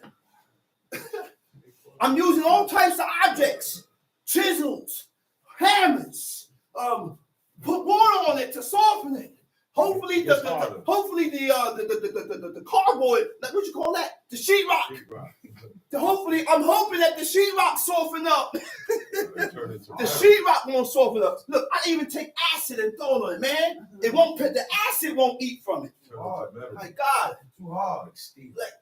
Too hard. And that's what the man did. The man went back to his wife to speak to her according to her mind, which means he considered her feelings, which is what? A godly trait. Right. Those are godly traits, man. Right. I said those are godly traits. That's what the godly do. It's godly traits, man. Right. I don't have to be hard all the damn time with my woman. That's my woman, man. Yes. That's my other half. Yes. That's what balanced me out. If she ain't normal, I ain't normal. And if I'm not normal, she ain't supposed to be normal. We supposed to be feeling the same things. That's what makes you want. That's what make you want. That's right. Let's read. He arose after and went after her to speak friendly unto her and to bring her again. That's right. Having his servant with him and a couple of asses. And she brought him into her father's house. And when the father of the damsel saw him, he rejoiced to meet The him. father of the damsel. You know the word for damsel? Naada. Naada means a young woman. Naada is young woman. That's my ex Esau's name. Naada. Go ahead, read. And his father-in-law, the damsel's father, retained him. Retained him. He held him down. Dang. This is the first time I'm meeting this guy. I ain't seen this guy in a long time. So he came down there to her father's house to get his wife. So he's like, man, you here, man? Come on, stay here. You know what that means?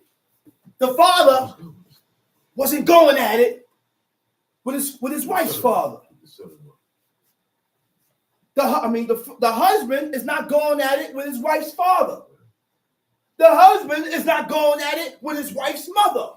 And if you feel comfortable doing that, then you're a wretch. If you feel comfortable going at it with your wife's father and mother, then you're a wretch.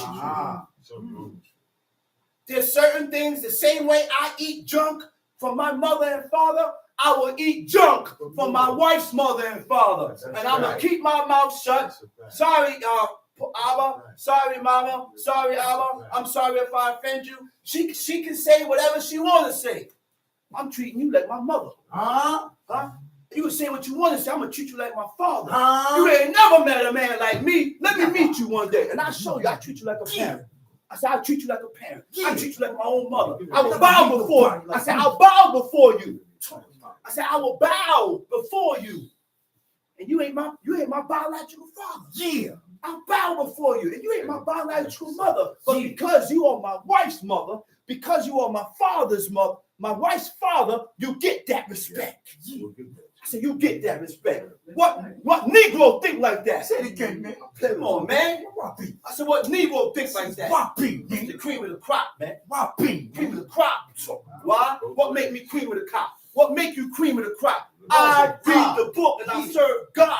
And I have qualities that will attract the attention of God. Man. Yeah. That's what attracts God, man. I said, this is what attracts God. Yeah.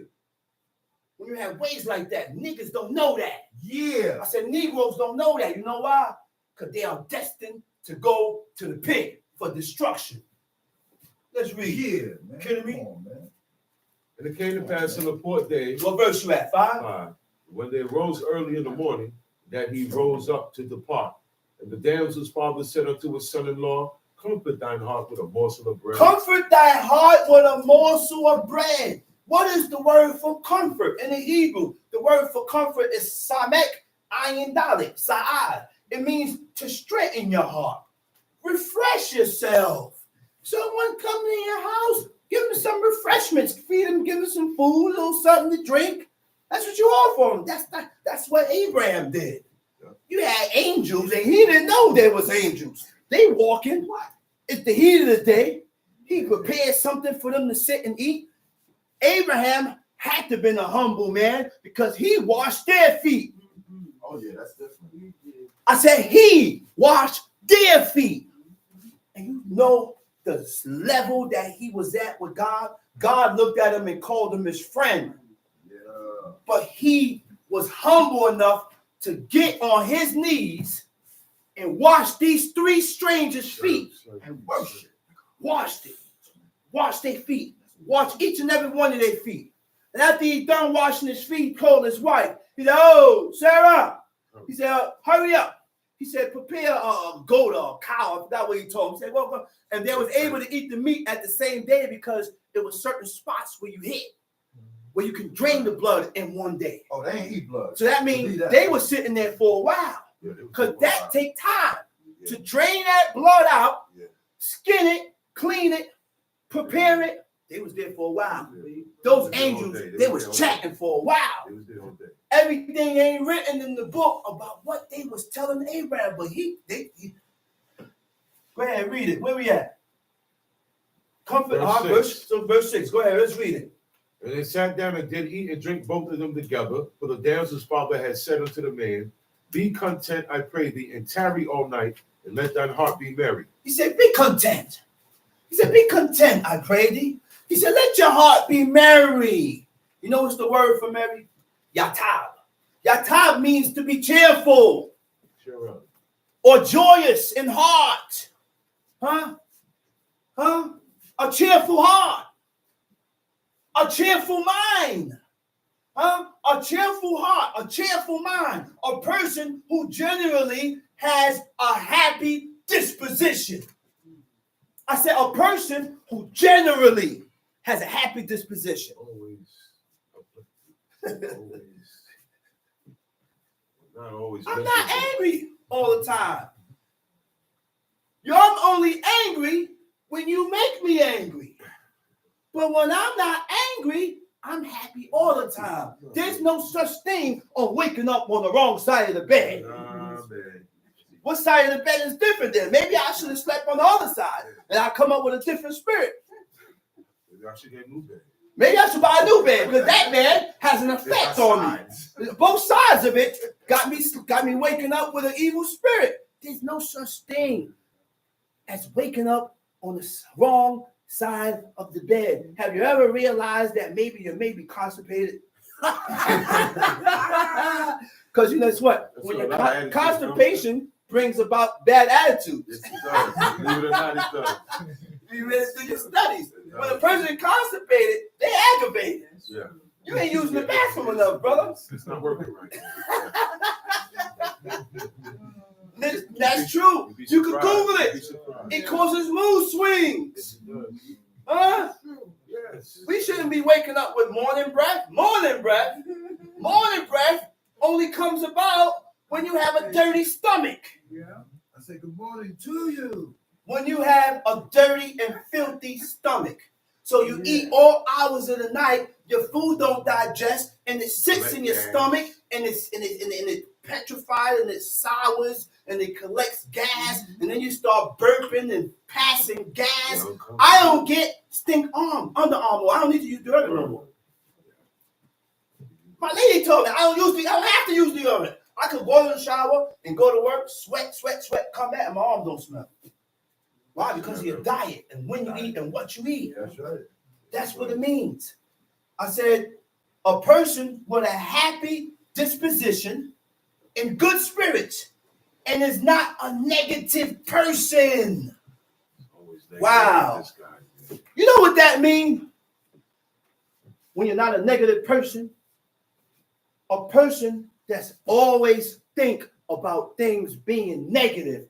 They never look at it in the positive side. And because you always look at it as negative, you don't have a cheerful heart. You don't have a cheerful mind. Okay? Check this out. Okay? These are people that remember the good of what other people do. Those are the people that have the cheerful minds and cheerful hearts. Right? Gratitude is the key to happiness. Okay? My brother said, he said, good of what other people has done for him. This is people that that can see the good when everyone sees something different. You know why? You continuously look at the situation as evil. Evil situation, bad situation. This was happening because of this. Where you come at with this? What came in your mind to make you formulate these ideas and opinions that this is why this was done, or this is why that was said, or this is they said this and they was talking to you? What made you think that? Why are you thinking that? And why is that the only thought that you have in your mind, and you can't, and you refuse to change it, and you're sticking to it when it don't have to be that way? It's not that way. Let's read it. And he arose early in the morning on the 5th day. He arose early in the morning on what? On the 5th day. On the 5th. What verse you at? Verse 8. Verse 8. Let's read it. And he arose early in the morning on the 5th day to depart. The damsel's father said, Comfort thine heart, I pray thee. And they tarried until afternoon, and they did eat both of them. When the man rose up to depart, he and his concubine and his servant, his father-in-law, the damsel's father, said unto him, Behold, now the day draweth towards evening. He said, the day draweth towards evening. Go ahead. I pray you tarry all night. Now, the day draweth towards evening. The day draweth towards the end. The custom of Israel was that we never allowed the person or the visitor to leave when it's getting dark. When it's getting dark and the sun is and the day is drawing towards the end, then listen. Ain't no street lights out. I'm not. The person is not gonna. The person is not gonna ask to stay. You gotta ask them and say, "Listen, bro, the time is drawing near to the end." I said, "Do you want to stay and leave in the morning?" You mention it, and that was our custom. Tom Sheep, read. Behold, the day groweth to an end. Lodge here, that thine heart may be merry, and tomorrow get you early on your way, that thou mayest go home. Read. But the man would not tarry that night. But the man would not tarry that night. He rose up and departed. He rose up and left. And came over against Jebus. Jebus. Which is Jerusalem. Jebus, which is Jerusalem. Yebusi, meaning the Jebusites. They were not of Israel descent. These were not our people. These was Hamitic nations. Okay? Go ahead, read. Which is Jerusalem, and there were with him 2 asses saddled. His concubine also was with him. And when they were by Jebus, the day was far spent. And the servant said unto his master, Come, I pray thee, and let us turn into the city of the Jebusites and lodge in it. And his master said unto him, We will not turn aside hither into the city of a stranger. We will not turn aside to the city of a stranger. I'm not going here. People, these are strange people, and they're not my people. We get this? No, we don't get this. I say we don't get this. You know why he was able not to turn into the Jebusites? Because he ain't looking at himself as the same. He ain't looking at himself as the same. When you don't look at yourself as the same, I can't congregate with you. I can't go to the movies with you. And that's why Paulie said it. He said, man, I don't look at myself like these people, man. He said, so I don't really go to the movies and sit with these people. I don't look like myself, act like these people, so I'm not going to sit and dine with them. I don't do nothing with them. I said, that's a different, those are different levels. Different levels. When you serve God, there are different levels in serving God. In order to get to these different levels of serving God, you need to put time in. You're just learning about God. 6 months, 1 year, that ain't nothing. Nothing. You're just learning. You're just scratching the surface compared to a person that's been doing it all his life or all her life. You can't compare to that, man. Let's read. We will not turn aside hither into the city of a stranger that is not of the children of Israel. We will pass over to Gibeah. And he said unto Gibeah is a land in Benjamin, the Benjamite land. Go ahead, read. And he said unto his servant, Come and let us draw near to one of these places to lodge all night in Gibeah. or in Ramah. And they passed on and went their way. And the sun went down upon them when they were by Gibeah, which belonged to Benjamin. And they turned aside thither to go in and to lodge in Gibeah. And when he went in, he sat him down in the street of the city. Now, where you at? Middle of 15. Okay, go ahead.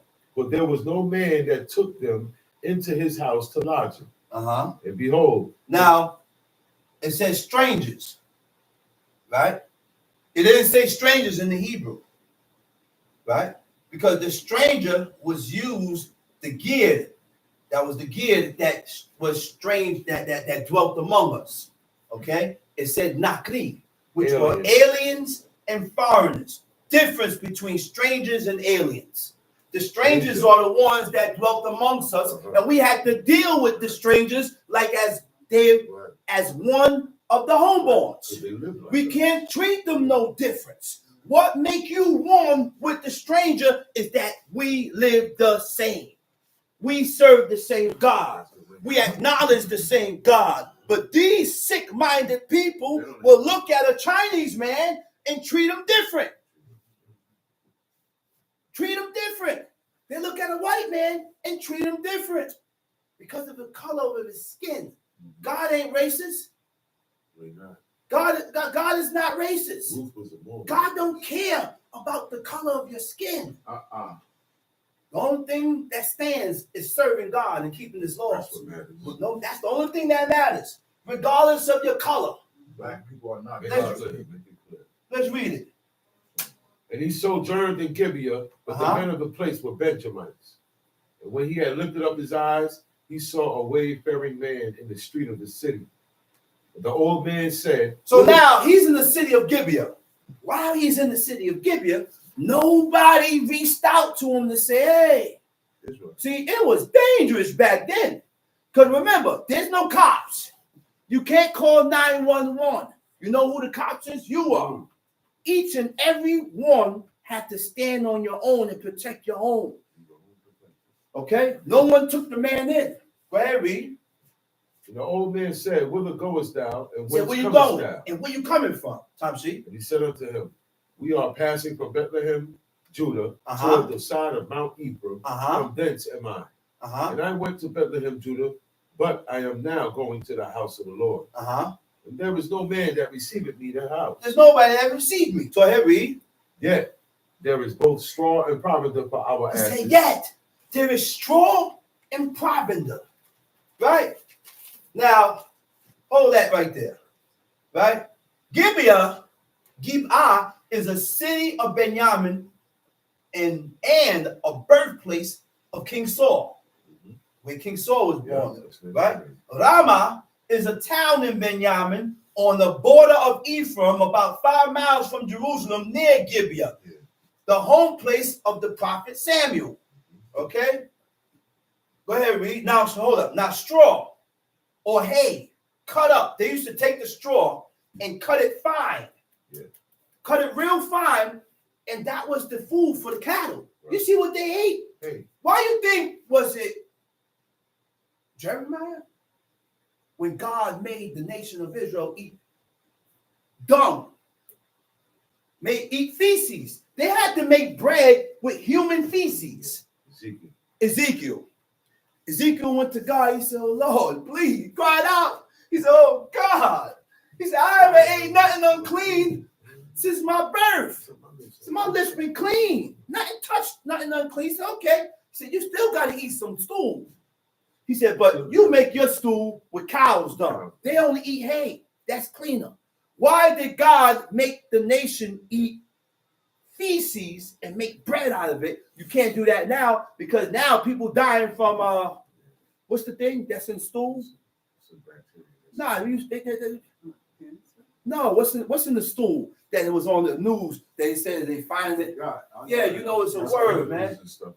Yeah, it was something that was on the news. Them people ain't die. It was killing people. But go ahead, read. Okay, straw and provender. Both of those things are feed for the cattle. Okay? Go ahead, read. And there is bread and wine also for me and for thy handmaid. And for the young man which is with thy servants. So now check this out. You bringing me in your house? I already have food for my cattle. You don't have to provide nothing. I got bread. I got wine. I just need somewhere to lay my head. I'm not gonna be a what's the word for that? A burden on you. That's what these are things that we have to consider. You're going to live with someone. Let them tell you it's okay. Right. Let the person tell you, you know what? Don't worry about it. I will take care of your needs. Never go and be a burden on no one. Never.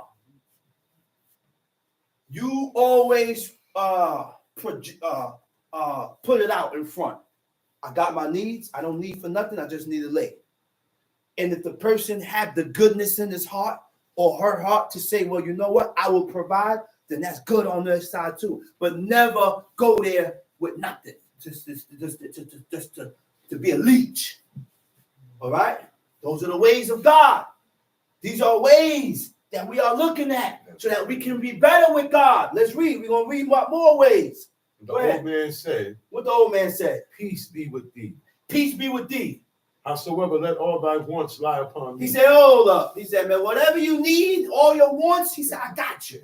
Okay, go ahead. Only lodge not in the street. He said, only. He said, don't stay in the street because it gets rough out here. It's serious out here, man. Let's go. So he brought him into his house. And gave provender unto the asses. And he fed his asses. And they washed their feet. He washed his feet. And did eat and drink. And they ate and drank. Now, as they were making their hearts merry. What happened? Behold, the men of the city, certain sons of Belial. The men of the city, certain sons of Belial. Belial means worthless sons. Go ahead. Beset the house. They surrounded the house.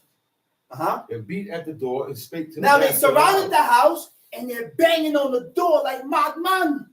Boom, boom, boom. They beat at the house. That's not normal knocking. No. They're beating at the house. They're banging on it. Go ahead, read. And beat at the door and spake to the master of the house, the old man, saying, Bring forth the man that came into thine house, that we may know him. You hear what they're asking? He said, listen, man. The man that came into your house, he said, bring him on out because I want to know him. This is why this is called the book of life. The book of life. And why we read about these things in this book is because of what happened in the beginning. Because Adam rejected the commandment of God. God gave him a command and told him, don't eat of every tree in the garden, that man's free to eat. He said, but that tree that's in the midst of the garden, he said, don't eat it from it, neither shall you touch it. In that day that you eat from that tree of knowledge of good and evil, he said, thou shalt surely die. At that point in time, Adam was innocent. He didn't know no evil. All he knew was good. So when they ate that, now the human race have both sides to them. We have both sides, and the man and woman have both sides to them. But we're not acknowledging that. We have a hard time acknowledging that. People think they're good. Everybody thinks they're old. I'm good. I don't do this. I ain't never did this, but you did that. Oh, you ain't do this, but you did that.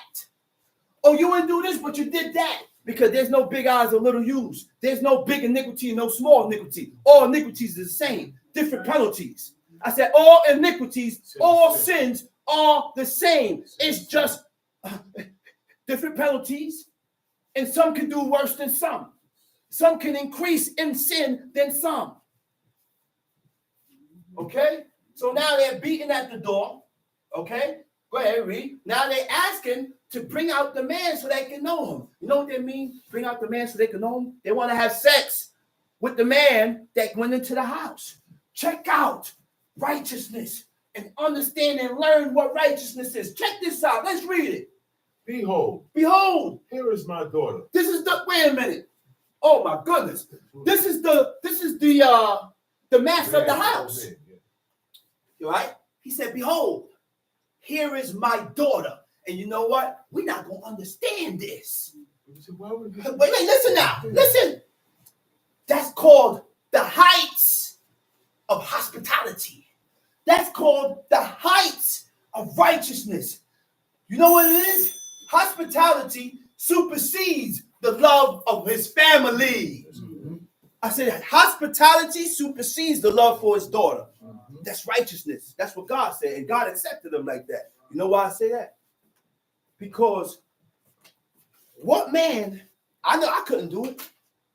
A load of men bang on my door and ask me for you. And I'm going to take my innocent daughter and tell them and put her out on the door to save you, to save a stranger that came into my house. Think. We don't have that mind frame and we don't think like that. I'm not going to bring my daughter out like that. But the only way to acquire these thinking and these ways, I must stop sinning presumptuously and I must continue to read and pray that God give me a righteous and fervent and pure heart to acknowledge and accept his laws, his commandments, and his statutes. Hospitality supersedes the love of his family. That's the heights of righteousness. But people only do that when you're striving to be godly. When you're striving to be godly, look what this man did. Let's read it. Behold, here is my daughter. He said, here's my daughter. A maiden. A maiden. You know what a maiden is? Virgin. In the Hebrew, it says Betula. You know what Betula means? A virgin. A virgin. Because they kept their virginity until they got married. If they didn't find a husband or they didn't find a man to marry them, they stayed to themselves. That's right. They didn't sleep around with Luke, Paul. You keep trying. Like Kevin Samuel said, you're trying fallacies. I ain't gonna say the word, but you're trying fallacies. You know why I say? You know why you say you're trying fallacies? Because you're jumping from Tom, Luke, and Harry. Then you leave from Luke and Harry and Tom, nothing work out with them. Then you jump from this one. Then you jump from this. Then you jump from this one. By you jumping around from all these different men, when you decide to settle, you can't settle. Right. It's hard for you to settle. Why? Because you don't have different walks, different thinking patterns, different DNAs, everything from every different types of men. DNA from every different types of men, and that's called that's a hard. You listen. That's why you can't keep a mom. That's why too much DNA. Tamshi. Because listen, the hormone that release from women is a bonding. It's a bonding hormone. Men don't release that. It's a bond. Nah, men release it, but not we have women. It's the same. It's the same. We have it, but they have more. They have more. They have more. And that bonding that you have with your husband, with your man that you with, by you jumping around, you can't connect, and it's harder for you to bond when you decide to settle. So body's used right. To that's right. Where we at? Verse 24. 24. Let's read.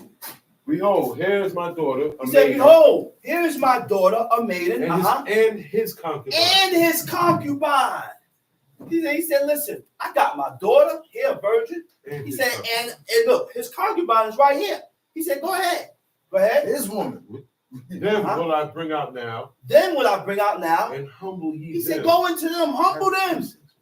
Have sex with them. And do with them what seemeth good unto you. And do what seems good unto you. But unto this man, do not so vile a thing. Unto this man, don't do this to him, man. This can't be done, man. This can't be done. He's a man. But the man would not hearken to him. The man ain't hearken. So the man took his concubine. And brought her forth unto them. You know who did that? Look, you see that the owner of the house is offering his daughter and the concubine. Next thing, they pressing. The husband of the concubine stepped up, grabbed his concubine, and brought her forth unto them, and they knew her. Now look, the virgin daughter ain't go out there. No. He went, grabbed his concubine, put out there, shut it. I'm not going to do that to this virgin, man. They're about to come in. She don't know no man. You know what that is? For I don't know how many of them Benjamites was there running a train on this virgin. It was a mob. It was a mob. It was a mob. Go ahead, read. And they knew her and abused her all night. They knew her and abused her all night. Until the morning. Until the morning. When the day began to spring, they let her go. Oh, my goodness. That's an all-nighter. That's all night. They running trains on this woman. Go ahead, read. Go ahead. Then came the woman in the dawning of the day and fell down at the door of the man's house where her Lord was till it was light. They let her go in the daytime. Dawning of the day, of the breaking of the day. She goes, find her way back to her Lord's house, and she just fell down at right there at the door. Fell right there at the door. Go ahead, read.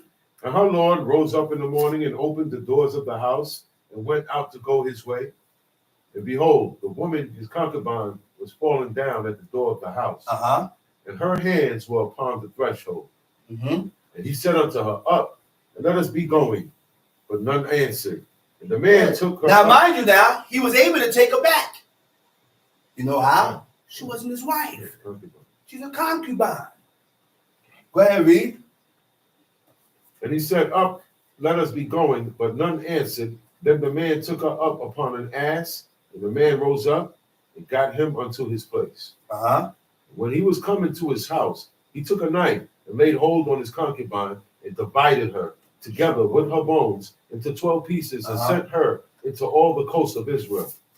And it was so that all that saw it said, there is no such deed done nor seen from the day that the children of Israel came up out of the land. Man, this ain't never happened nowhere.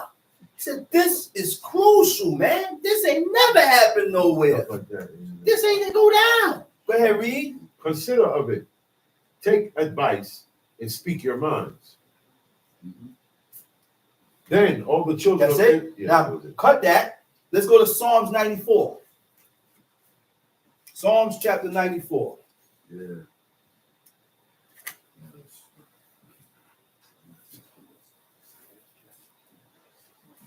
That chapter has so many keys in that chapter. Judges 19 had a lot of keys and ways, spoke about a lot of the ways of God. Showed you the mentality and of how we should think and how we should move. Go ahead. You got 94? Yes. Psalms chapter 94. O Lord God, to whom vengeance belongeth. He said, O Lord God, to whom vengeance belongeth. What is vengeance? Vengeance is revenge. He said vengeance belongs to God. Remember in the time of King David, when King David sent some men to greet Nabal. Right? Greet him. He told him, he said, listen, I'm watching your stuff. I was a wall to them. Nothing happened. Blah, blah, blah. He said, I just need this and this and this and this. Nabal railed on him.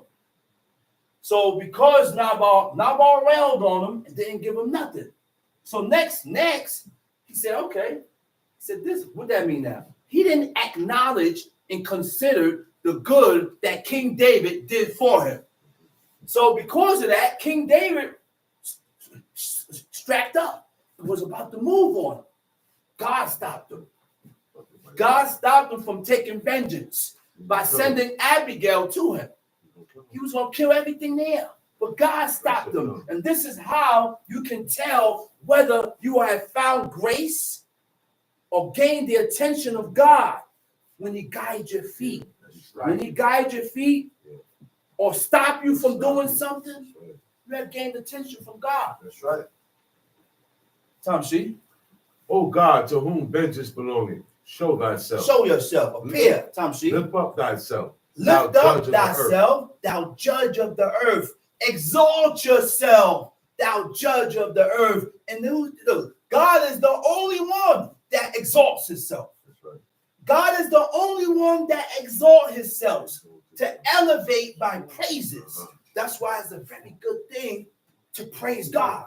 He said, holy beings praise thee daily. You ain't holy, but by God, you keep praying. It's going to change your mentality. It's going to change your characteristics. It doesn't have an effect right away. I'm still the same wretch. I'm doing all this praying. Yeah, don't worry about it. I'm doing all this praying and I'm still a wretch. But it changes you in time with works. You got to put works in. You got to be doing things. You got to be doing law. You got to be on top of yourself. It changes you in time. Nothing happened overnight. You're not going to delight in the Sabbath day overnight. You're not going to delight in the laws overnight. We look at the woman and want the woman to accept certain things, and she just started doing law. I got to be easy with her. Look at the lifestyle that I'm taking her from. I'm not used to this, Godson. I ain't never lived this way before. So now, after I'm reading this, this is all new to me. Isn't that how God dealt with the nation? Isn't that how God dealt with the nation in the wilderness? Huh? Yes, God dealt with us like that in the wilderness. He could have wiped us out. That's why he allowed the nation to tempt us 10 times. Because God realized that these people lived in Egypt for 430 years. And when they left Egypt, they were Egyptians.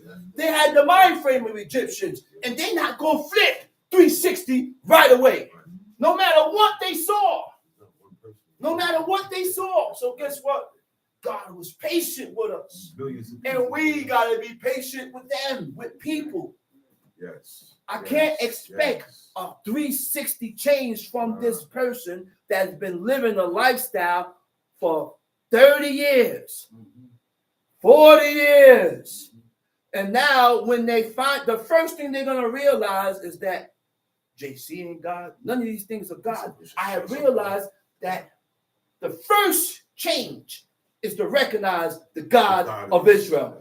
Once you can recognize that, everything else will fall in place. But it has to take time. It has to take time, man. Because that's what the book shows you. That's what it shows here. So guess what? I got to be patient with my wife that I just married. I just married this woman. She wasn't born in this way of life. She's going to see things different than I see it. I said she's going to see things different than I see it because I've been living this longer than her. And what you see, she's not going to see. What you understand, she's not going to understand. So it takes patience. It took a while for me to understand. And I was born in this way of life. And I'm still trying to understand certain things. So it's called patience. That's what it's called.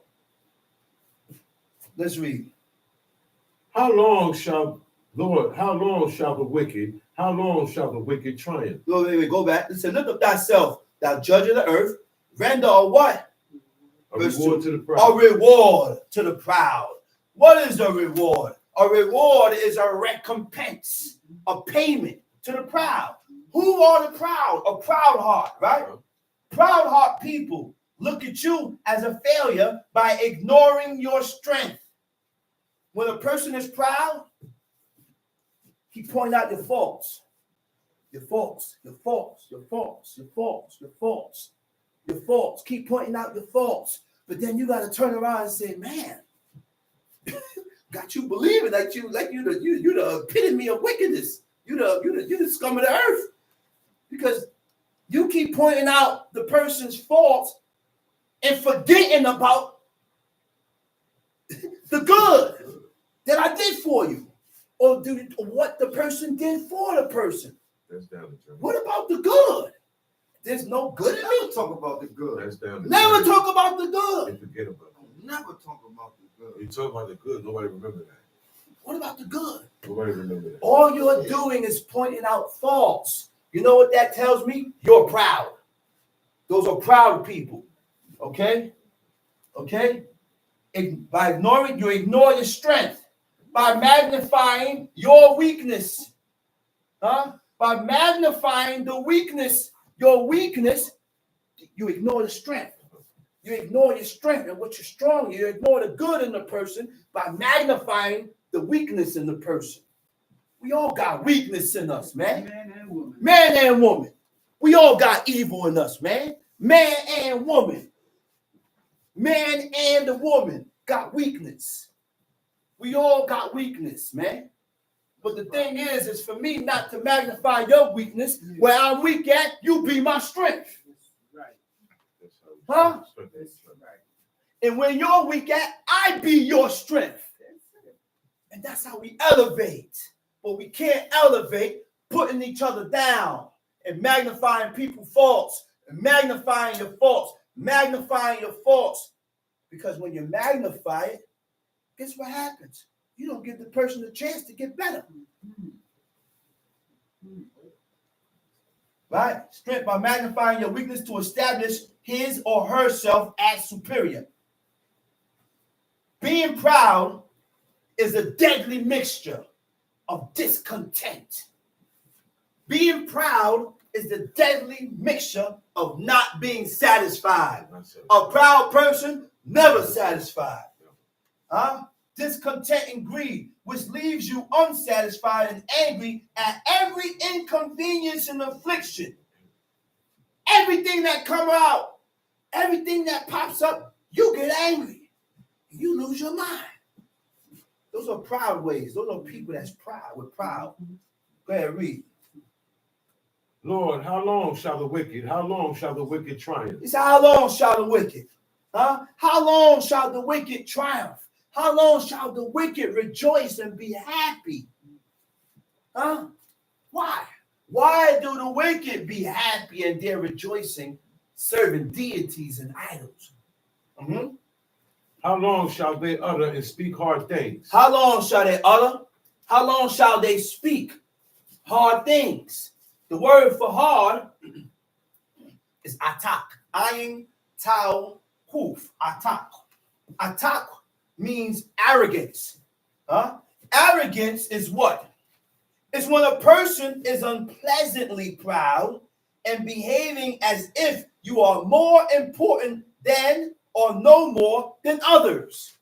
That's arrogance. And you speak according to that. Right? Go ahead, read. And all the workers of iniquity boast themselves. And all the workers of iniquity boast themselves. The word for boast is yit amru. Yit amru means to speak. All the workers of iniquity start talking. Start speaking. Read. They break in pieces thy people, O Lord, and afflict thine heritage. They break in pieces. They break in pieces thy people, O Lord. Right? And afflict thine inheritance. And thine heritage. Now, the word for to break in pieces is or oppress is oppress. Right? No, for afflict. It's daka, means to oppress. It means to keep someone in subservience by unjust exercise of authority. Subservience means the person has the willingness to obey. And because the person has the willingness to obey, you abuse it.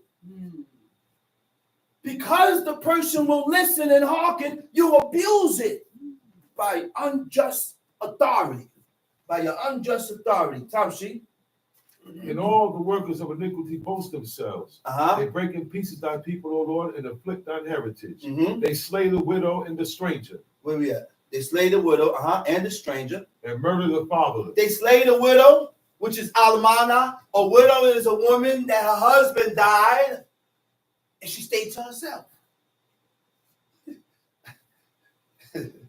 One lady went to my mom and said, she said, because my Alba's not here now, right? So a lady went to my email. She told her, she said, listen, princess. She said, you can go have a boyfriend now, right? She cracked up laughing. I said, boyfriend? I said, my email ain't going that. She ain't looking for no man. She gonna die with her. She gonna die with her. Different mindset. You know who her husbands? Her sons. We are husbands. Nobody Ain't nobody coming here. That's it. Go ahead, read. Now, Yatun, where was you at? Verse 7. Verse 7. 7. No, this is verse 7. No, you're not in verse 7. That's where I'm at now, just in 6. There it is, 6. Almana, which is widow. Stranger, which is geared. The murderer, which is what? Razak. They murder the fatherless. And the fatherless is the yatum, meaning unprotected, which means you can still have a father and be unprotected, which means your father could be doing 20 years, 25 years, 30 years in prison. He's not there, unprotected. Okay, Tamshi. Yet they say, the Lord shall not see, neither shall the God of Jacob regard it. Come on, man. You hear what people say? They say God ain't gonna recognize. Basically, you're saying God ain't gonna recognize this. He ain't not gonna consider this. He said the God of Jacob ain't gonna regard it. The word for regard is bet yod nun sofi. It means to take heed to.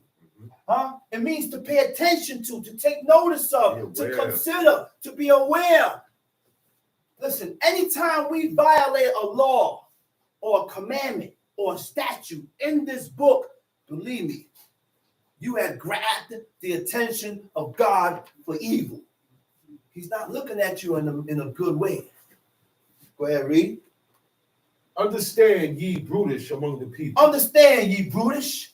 What's the word for brutish? Ba'ad. Ba'ad means ignorant or bored. B-O-O-R. Right? Bore means a rude or insensitive person. Now we're going to dig into the word insensitive and rude. These are ways that we don't need to be. These are ways that we can't be and expect God to help you or expect to gain some type of mercy or attention from God. You can't gain the attention God being rude and insensitive. What is rude? Rude is a person is offensive. He's offensive, impolite, or ill-mannered. You know what impolite is? I didn't do nothing. It's that impolite goes into your behavior and how you act, the things you say. Ill-mannered. I just don't storm into people's house. Stay right there. Wait for them to accept you in. There's certain things that categorize you where you can look at a person and say, man, that person is a polite person and he's well-mannered. Those are good character. Those are excellent character with the godly. All right? Now, insensitive is what? Is a person that shows no concerns for other people's feelings. When you can't show concern for other people's feelings, you think it's all about you. You think and you feel that it's all about you and you only. No, it's not all about me. Sometimes I gotta take me and put myself and my feelings to the side. And I gotta consider other people's feelings. Those are godly traits. I'm still learning to do those things. I'm still learning. Because sometimes you can't consider here and don't consider there. I gotta consider all the time. All the time. All the time. Tom Sheet, where we at? Verse 8. Uh-huh. Understand ye brutish among the people, and ye fools, when will ye be wise? Uh-huh. He that planted the earth, shall he not hear? Say he that planted the what? The earth. He that planted the air. He that create to plant, it means to establish. He that established or created the air. Do you think God don't hear you? He created the air. So he hear everything you're saying. He created sound. Why do you think God was angry with Job's friends? They didn't do anything. They was running their cotton picking mouth.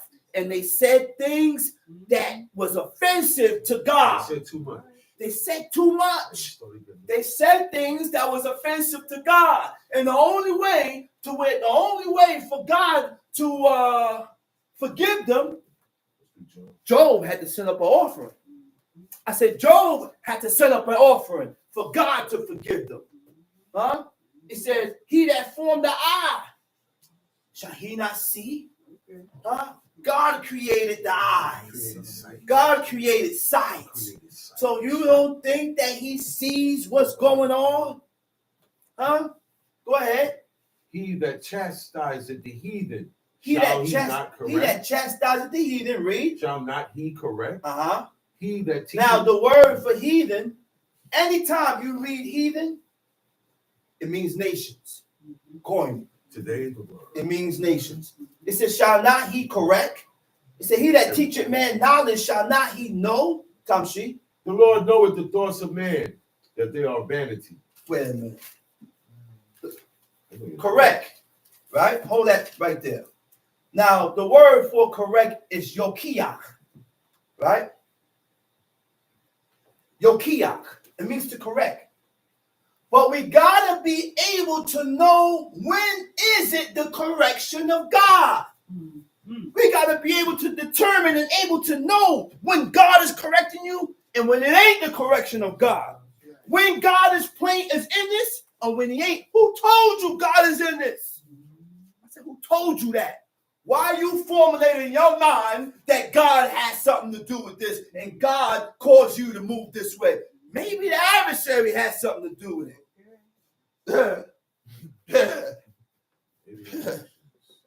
I said, maybe the adversary got something to do with it because the adversary's job is to pull you away from serving God. Now, his will, his job is done because he don't pull Garcon away from Fuson. How he do it? As long as I'm able to pull you away from this. That's right. Again, let me repeat this. Let me show you how to recognize the work of God. Anytime you start to formulate ideas and feelings in your mind and it causes you to distance yourself away from God or away from the person that showed you who God is, that was not God. I said it wasn't God. Okay? Let's read. That was him. That was he. Who lives, who stands behind the roads. Who walks behind the roads. He who walks behind the roads. You know what that is? Pretty. That's an entity. That's the evil entity. Yeah. And his job is to persuade every one of you from serving God. However he wants to do it. That's who got you over. Okay? Because, let's read. Blessed is the man whom thou chastenest, O Lord. Verse 12. Okay, stay there. It said, the Lord know it. I said, the Lord know it, the thoughts of man, that they are vain. You know what vain is? Vain is nothing.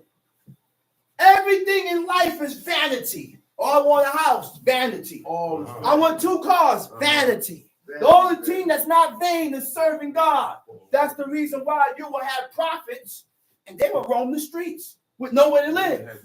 And it took a woman to consider that and build a room, a loft, a second, a high ceiling. You could build a second floor. And when Elisha will travel, that was his spot. She put a bed there, a table, and a lamp. So when he passed by, he would go up in the loft to sit and eat. Sit, lay down, relax, not eat. Right? So because he realized that this woman built this for him, he told Gehazi, which was his servant, he said, yo, man, this is a man that recognized and acknowledged the good that a person did for him. Yo, man, I gotta do something. No matter what the Egyptians did, and the Egyptians did Israel dirty. Look, man, I said the Egyptians did Israel dirty. But God said, Moab and Ammon, I will never accept them. I don't want them. Okay? Because they didn't meet you with bread and with water. He said, but the Egyptians, he said, I will accept the Egyptians in their 3rd generation. You know why God said I will accept them? Because certain things can't never be swept over the rug. Never under the rug.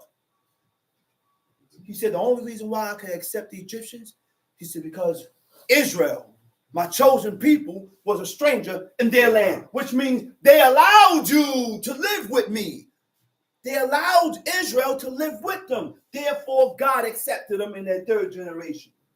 Is that the mind frame that we're supposed to feel? Is that supposed to be, we're supposed to inhabit those type of mind frames? This is how we are supposed to think. Because if you allow me to live with you, there's nothing that you can do to cause me to turn on you, because I lived with you. I can't, hey, you can't be that evil. You can't be that evil. I accepted you. You have accepted the person in your house. But guess what? Those are the godly traits. Those are godly thinking. Those are godly mind frames. Godly people with that type of mind frame. And not everybody think like that. Everybody don't think like that, man. It takes time for you to start to acquire this type of thinking. Take time. Huh? Verse what? 11? 12. Verse 12. Blessed is the man whom thou chastenest, O Lord. Blessed is the man whom thou chastenest, O Lord, and teachest and him teach him out of thy law. Huh? Huh? The chastening of God is God teaching you. You went and you did something that was against the laws of God. And immediately after you did it, you got corrected. That's God teaching you. The chastening of God is the teaching of God. You know what he's saying? Don't do that again. I bet you won't go back and do it again. I bet you won't go back and do that again. Because when I went and I did it, I got corrected immediately. So now we can channel and we can realize the love of God. When we do things that is opposite and contrary to what God said, and you don't get chastised immediately, something's wrong. Something's wrong. Sometimes we get chastised 6 months from now, not knowing and not recognizing where this negative thing that happened in your life, where did it come from? Huh? He said, blessed is the man whom thou chastenest, O Lord, and teaches him out of thy law. Right? That thou mayest give him rest from the days of adversity, until the pit be digged for the wicked. Okay, hold on. He said that thou mayest give him rest from the days of adversity, until the pit be digged for the wicked. You hear that? So there is a pit that God has prepared for people that defecate on his laws. Yeah. There is a pit that God has created, that God had for people that go against laws presumptuously. All right? Verse 14. For the Lord will not cast off his people, neither will he forsake his inheritance. But judgment. Wait a minute. He said, for the Lord will not cast off his people. For the Lord will not abandon his people. How do you become the people of God? Because the world, God don't look at all these people as his people. And black people is not God's people either. No. Because some black people God despise. Why? God don't look at all these people as his people. You know why? Because we're not following after the will of God. We're not following after his laws and his commandments and his statutes to be called God's people. In the book it states, he said, my people shall hear my voice. A stranger will not follow. So if you're God's people, show that you're God's people and start living according to the laws, commandments, and statutes. But I tell you why we have a problem doing that. I'll tell you why we have a problem doing that, because there's too many restrictions. It restricts you from doing things that you like to do. So that's why we can't do this. Read. Neither will he forsake his inheritance. Tom, see? But judgment shall return unto righteousness, and all the upright in heart shall follow it. All the upright in heart shall follow it. What, yo? This is heavy. That piece is heavy. So it takes a certain type of mind to do law. It takes a certain type of mind to keep God's commandment. He said, the upright in heart shall follow it. Hey, I feel good. You know why I feel good? Hey, DB, you know why I feel good? Because that tells me one thing. I'm on that same road of having an upright heart. Well, I may sin. Yeah, we going to sin. But because I sin don't mean that my heart ain't upright. Yeah. Because I sin don't mean that I can't be perfect. Huh? I just can't sin presumptuously. I can still be perfect with God and sin. Okay? Upright in heart, upright in mind is a humble person recognizing their own limitations. Recognizing your limitations, recognizing your mistakes. Recognize. Acknowledge your faults. What's your limitations? I won't go so far. Know when you have to put the limits in. Listen, brother, man, you went too far. You did this, but then you went all the way out there. An upright heart would recognize his limits. I'm gone through 5 days. An upright heart will recognize his limit. Come on, man. Right? Upright in heart, upright in mind is a humble person recognizing their own limitations and mistakes while still being confident in their abilities. Yeah, I'm gonna recognize my limits. I'm gonna recognize my mistakes. I'm sorry, but I can't put my abilities to the back burner. Huh? Just because of my faults. I can't just throw the iron down just because I messed up. No, I'm not gonna continue. I'm not gonna give up. That keeps you. And that's what keeps me pushing. Huh? Right? An upright heart is concerned for other people. Those are godly attributes. Those are godly characters, man. Godly attributes and godly characters. Where we at? Verse 8, but that's 15, right? Let's read. Yeah, verse. We're on 16 now. Let's read. Who will rise up for me against the evildoers? Who will rise up for me against the evildoers? Or who will stand up for me against the workers of iniquity? Who will stand up for me against the workers of iniquity? Unless the Lord had been my help, my soul had almost dwelt. He said, unless the Lord had been my help, God was my help. Right. My soul had almost dwelt in silence. When I said, my foot slippeth, thy mercy, O Lord, help me. He said, when I said my foot slipping. What's the word for slip? The word for slip is mata. Mem, tet, hey. It means to waver. It means to vacillate. To waver means to be undecided between two opinions or courses of actions. To vacillate means to waver, to fluctuate, to shift back and forth in the mind, your will, or your feelings.